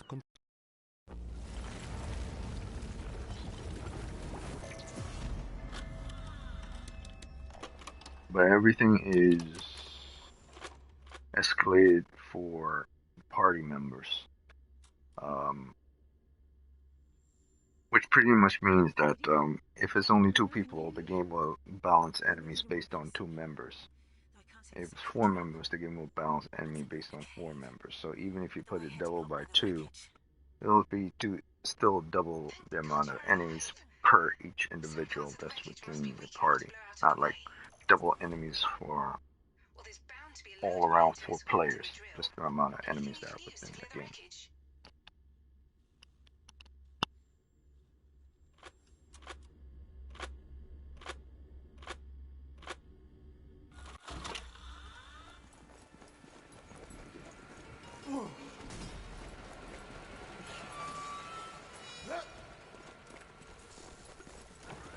Failed grenade.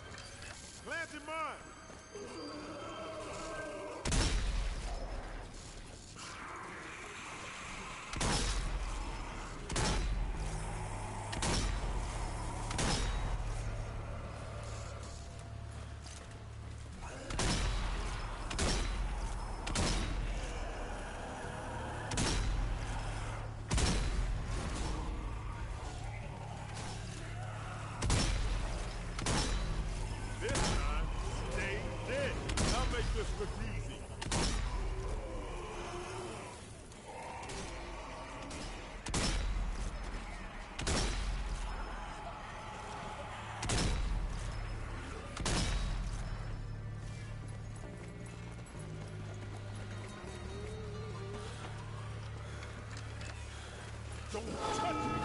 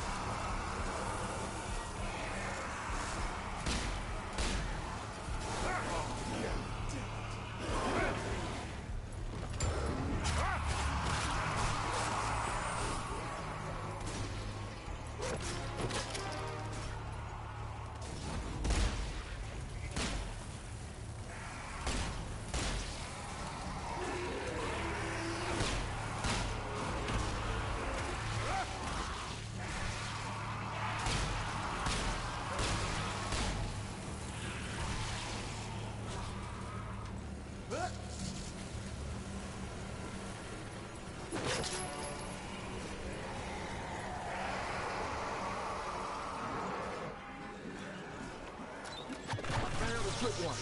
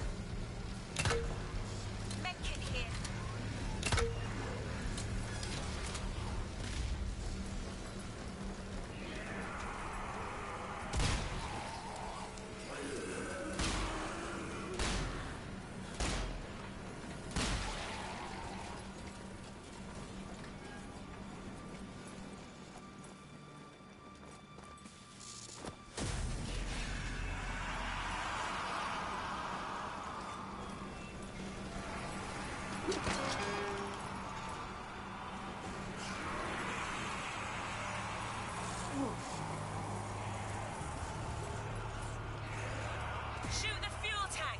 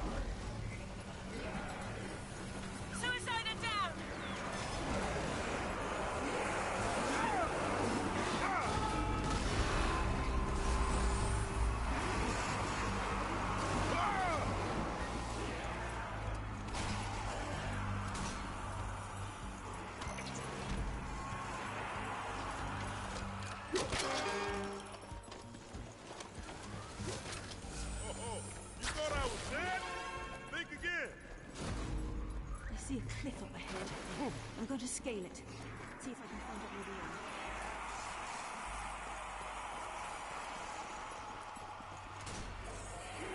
Oh, there are zombies in here. Those definitely didn't come from the drill. Looks like they were in mining gear. Scout party, maybe? If they were still building the drill, presumably this team had to find a way ahead.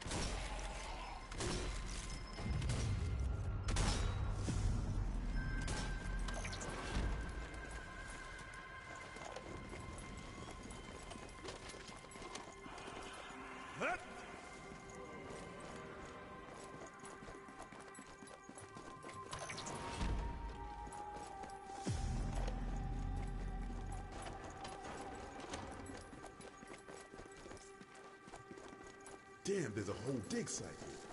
They got trucks, equipment, the whole 9 yards. Must be Project Agartha. Let me see here. Yes. They planned to retreat to the Hollow Earth, reclaim the mantle of power from our ancestors. Who knows?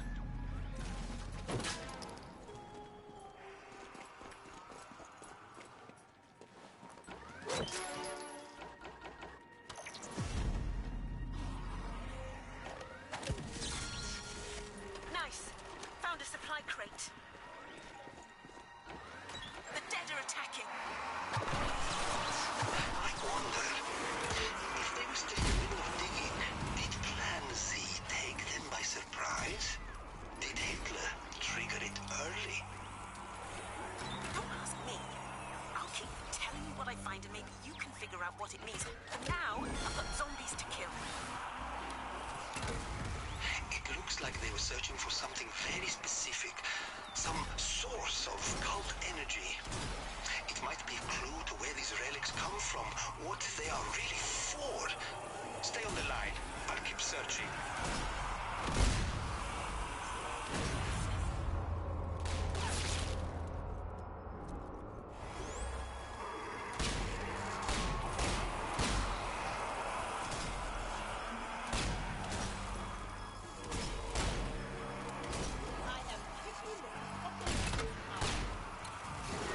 That's how it's done.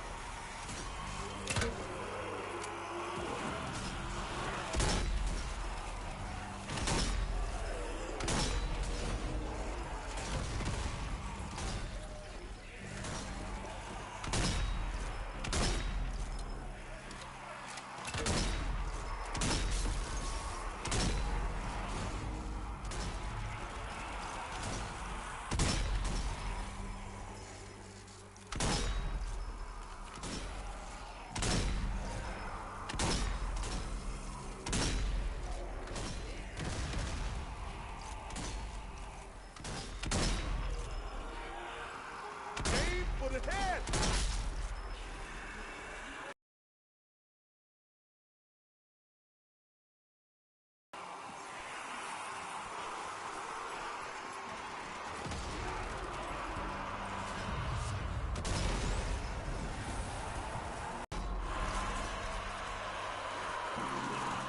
Boy, hands up!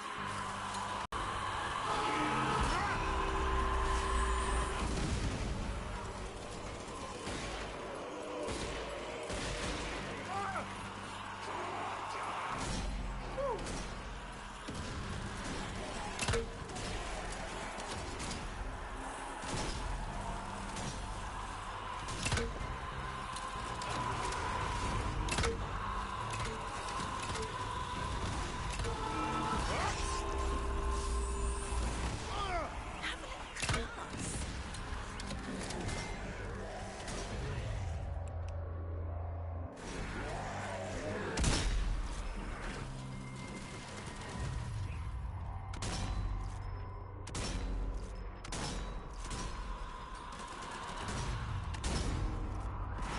Grenadier down.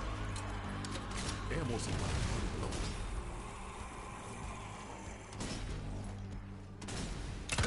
Damn, fresh out the juice.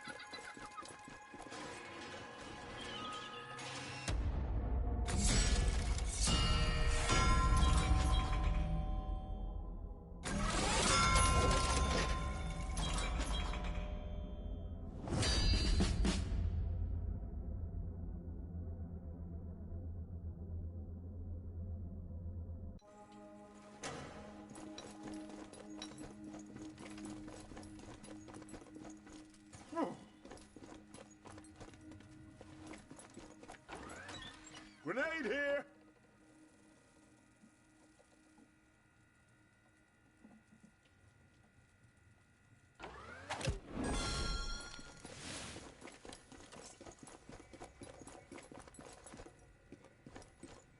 The Agartha scout report indicates they boarded up a lot of dead ends. When you hit a waterfall, you're heading the right way.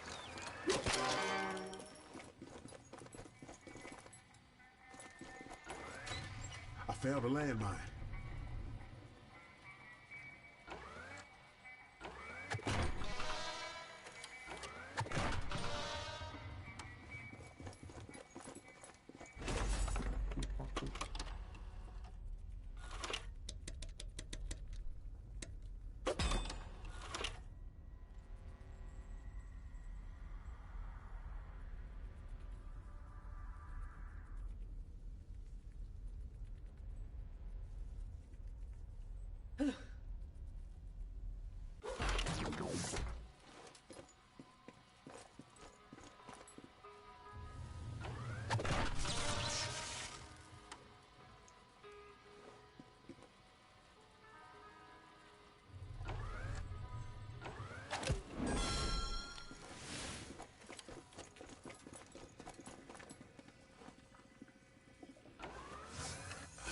You thought I was dead?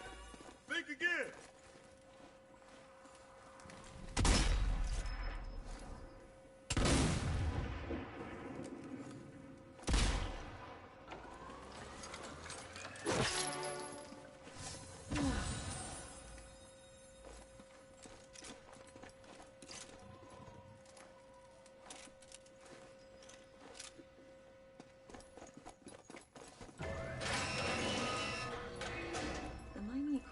From the camp deep into excavated tunnels.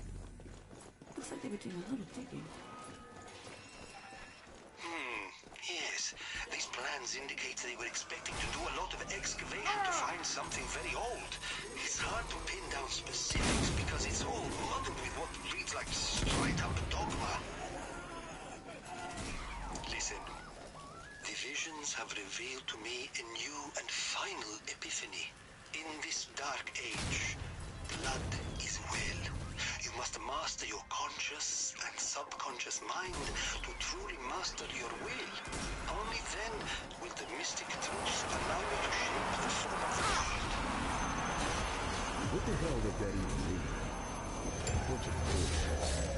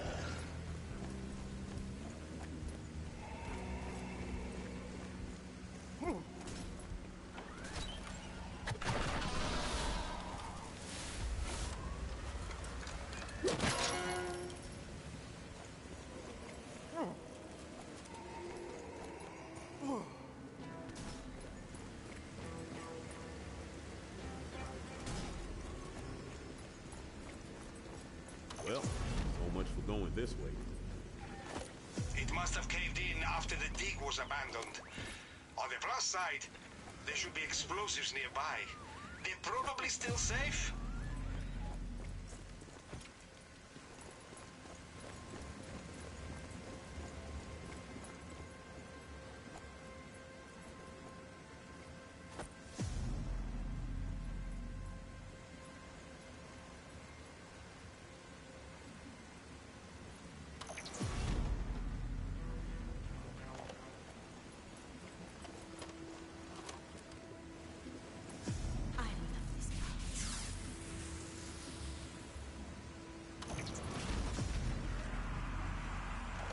Got more enemies coming this way.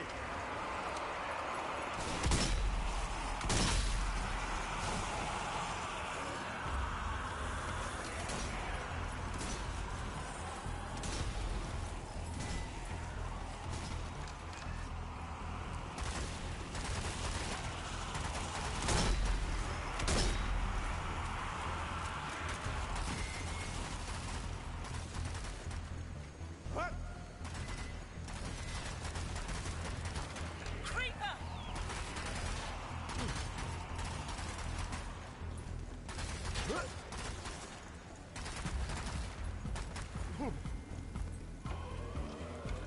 Planting mine.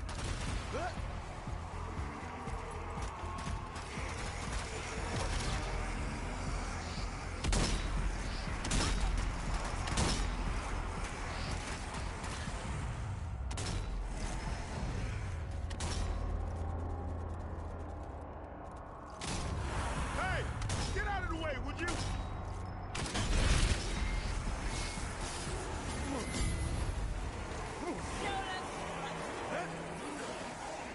That's it.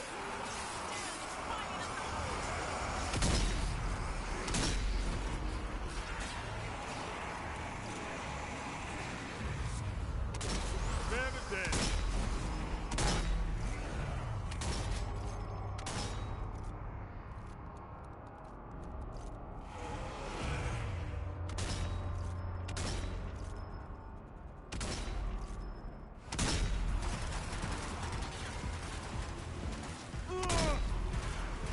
It's frenzy in the horde!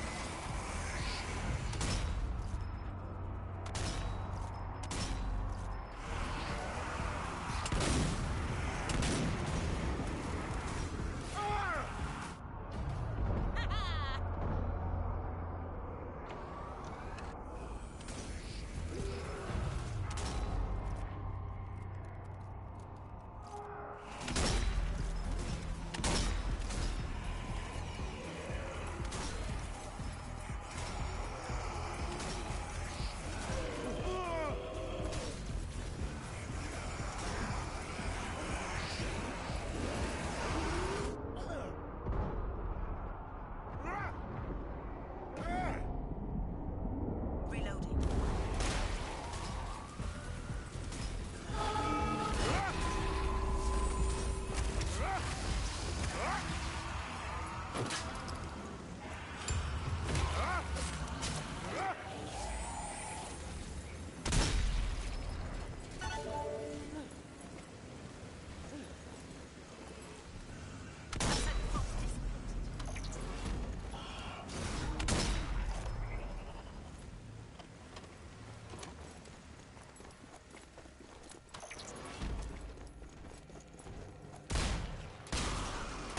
Found us a block break.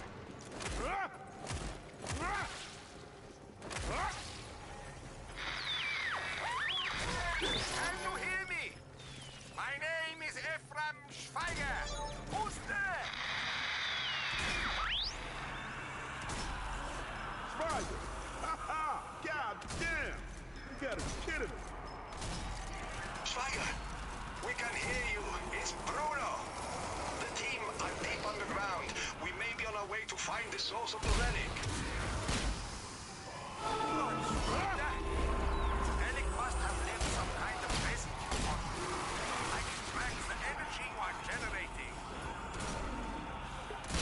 If you find any concentrated source of occult power, I may be able to focus on it. Perhaps this gives me a way.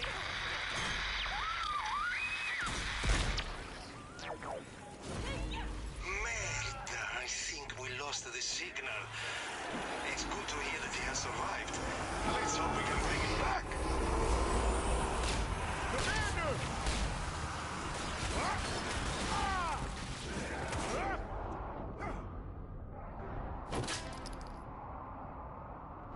Maybe next time.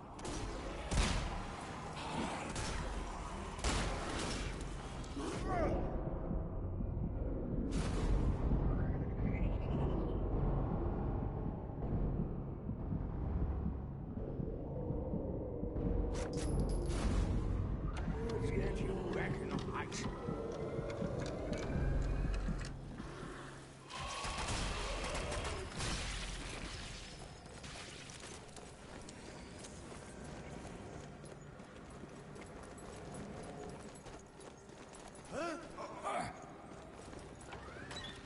Lay him out here.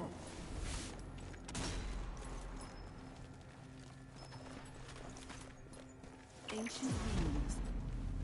Is this what the scout hunter were looking for?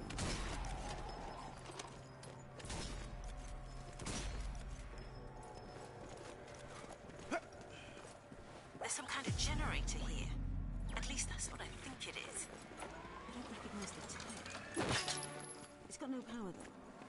That battle is empty.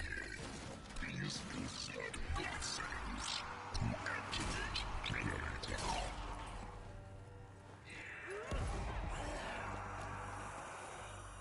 Flooded? Of course.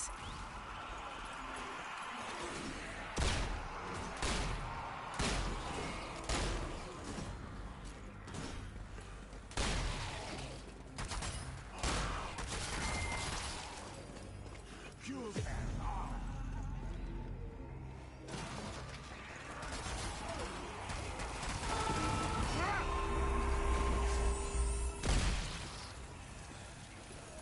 I need a med kit.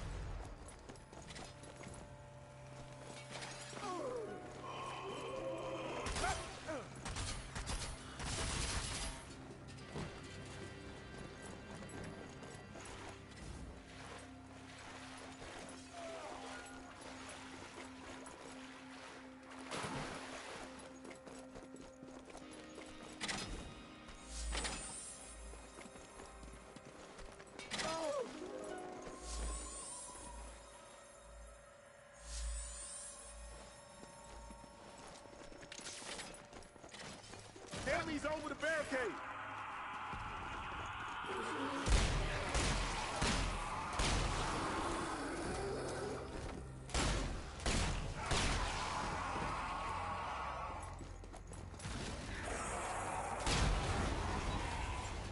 Chin up, love. You'll be okay. Found a fuel can.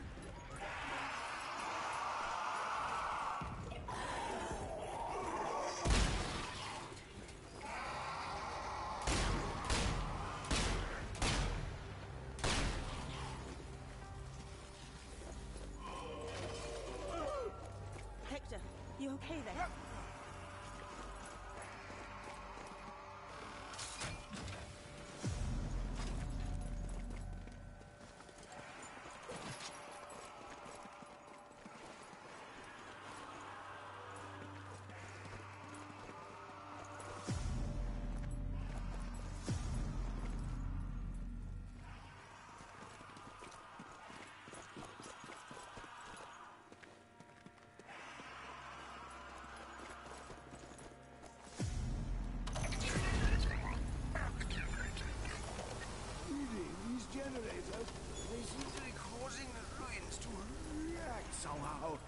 idea what's going on?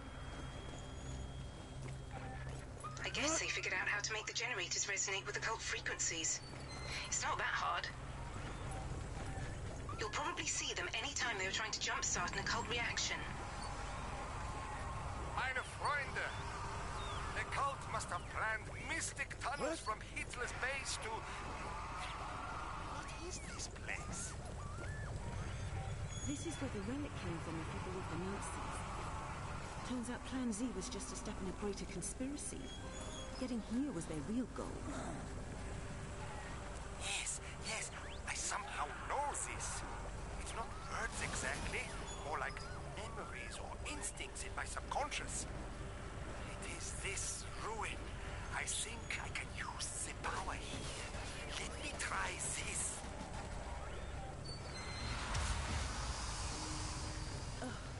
I hate waiting. I can't. This is too... Help me, please.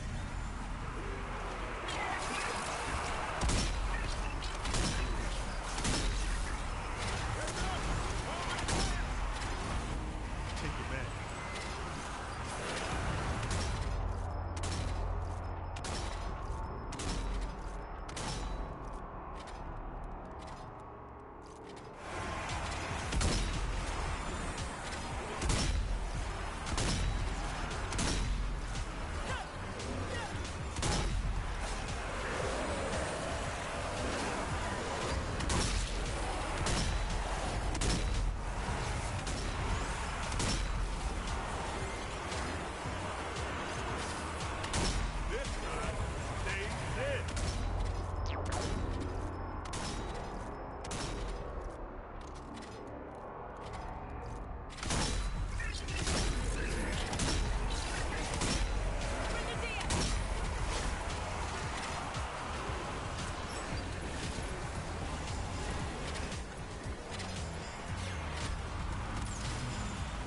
Hell is done.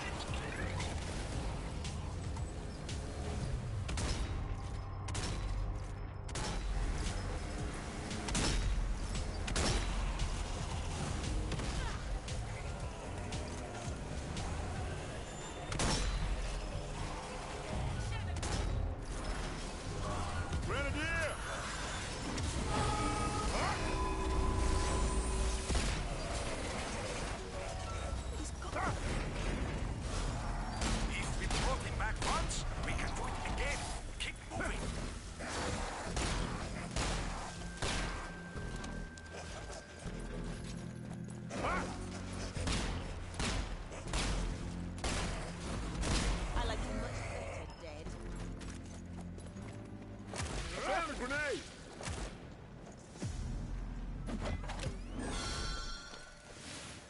Blimey. It's some kind of massive ancient temple. Looks like the scouts focused their excavation here. This must have been what they were looking for. There's a giant door in the wall. More of the giant statues, too. They're positioned so oddly. Like they're trying to escape. What does it mean? Something left this place dark and abandoned. Perhaps it is related.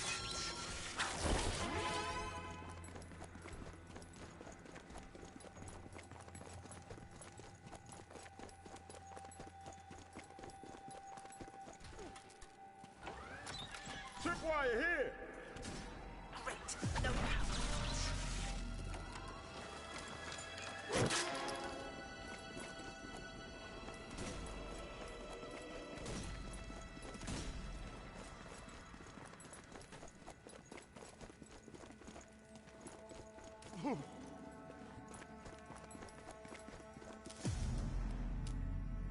Circuit breaker here.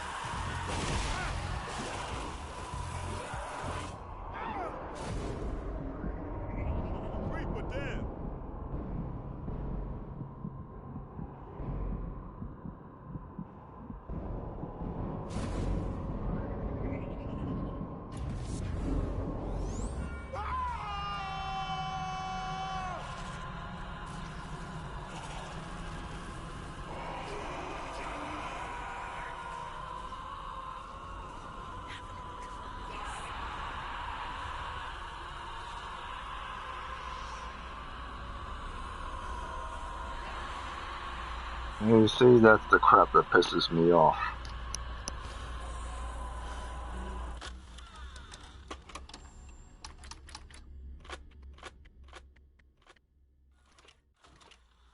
The only thing I don't like about this game is that if you get stuck on bodies and you try to move around bodies, you can't push your way out from bodies if you get stuck on bodies that are behind you or in front of you. So while you're trying to push your way out, the game is not intelligent enough to climb over the bodies.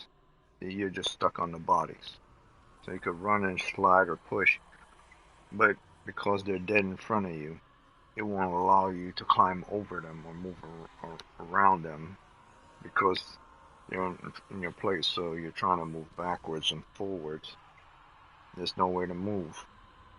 Where all you got to do is simply climb over them, but then the mechanics, once a zombie falls to the ground, you could walk over their bodies once they fall to the ground. So that's the only bad thing I would say with regards to. Originally I had this as a 6.8, but now because of that, I think I will knock it down to 6.7, because that has been a constant theme within the game. That's annoying, and you can't climb over bodies or push away from bodies. You'll be trying to hit them off. There's a shoulder rush mechanic and a slide mechanic to make enemies get out the way, but it's pointless when the bodies are dead in front of you. You literally have to stop the bodies for them to disappear, and then you can run for them. You can't push them out of the way. So that's the only situation I would say is bad when it comes to playing. They never fixed that mechanic. You can't walk over bodies. You have to stop them to move around them, which is kind of stupid. You only stop bodies so they don't respawn. So I would say this is about a 6.7 game because of that. I can see why Metacritic might give it a 6.5, but I think the rating is kind of off. But no one's perfect. But still, even if no one is perfect, I would say the score is still too low. The score is still too low.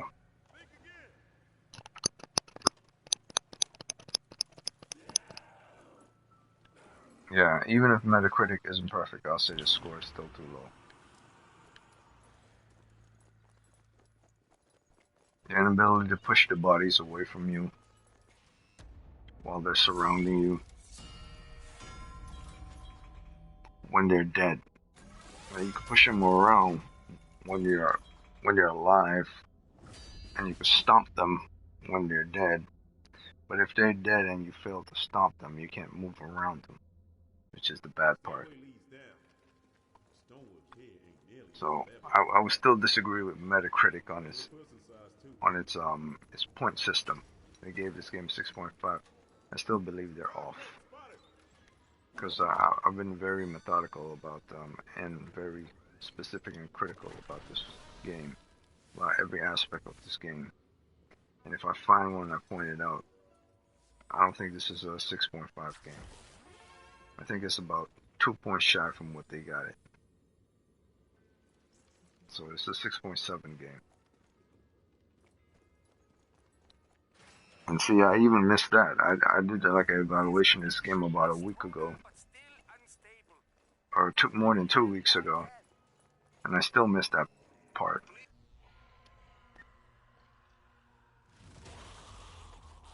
But even with me missing that part, I still believe it's 2 points more than what Metacritic has it. So I don't think they fairly evaluate things in details.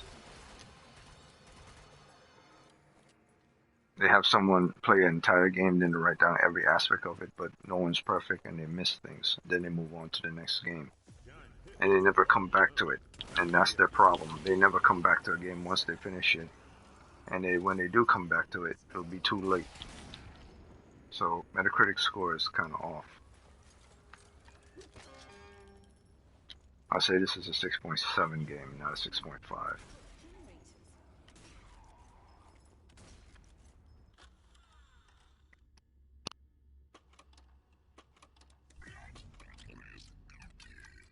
Please insert blood cells to activate generator.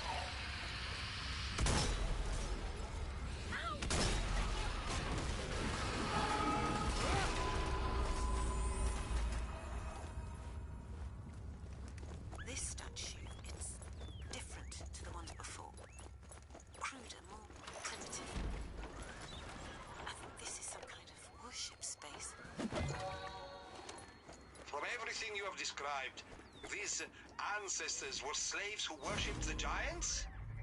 The cult have got this place dead wrong. I don't have enough clues to go on to figure out what it was for, though.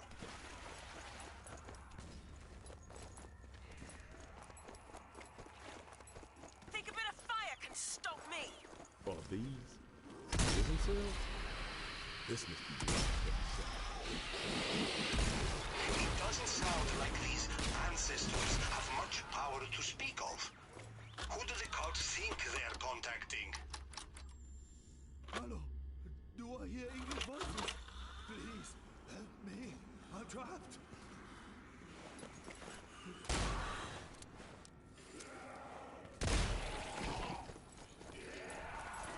This time, stay dead.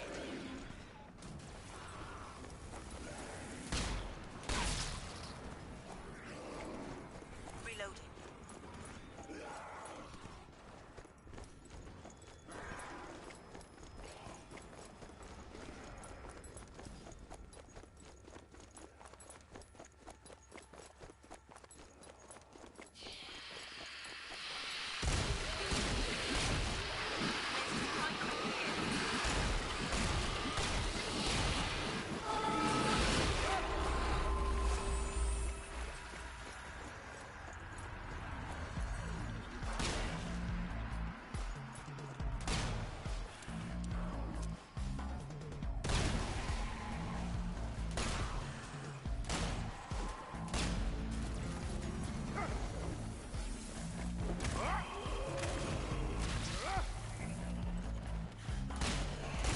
Boy, hands off!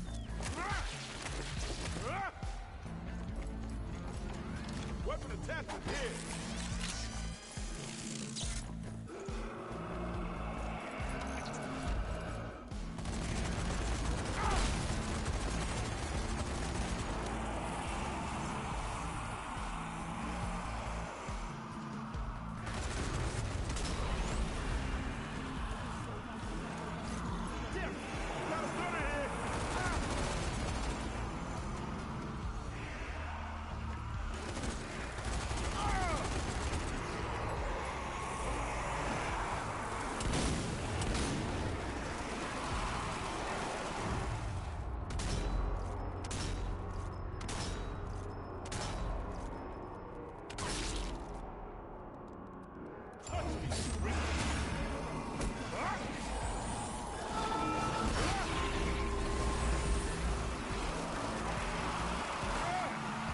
I need a med pack!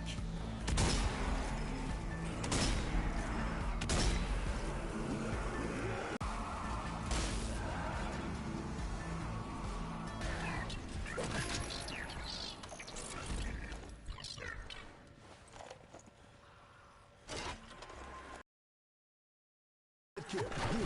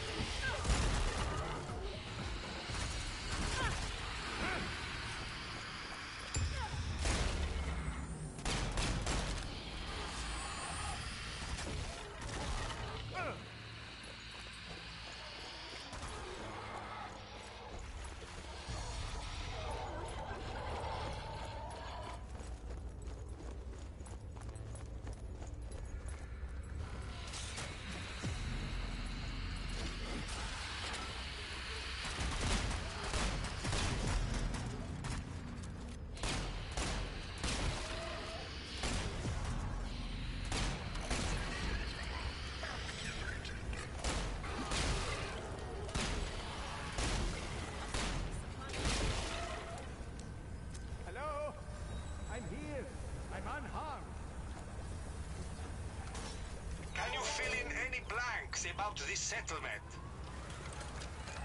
Nothing specific, but I do sense reverence and fear.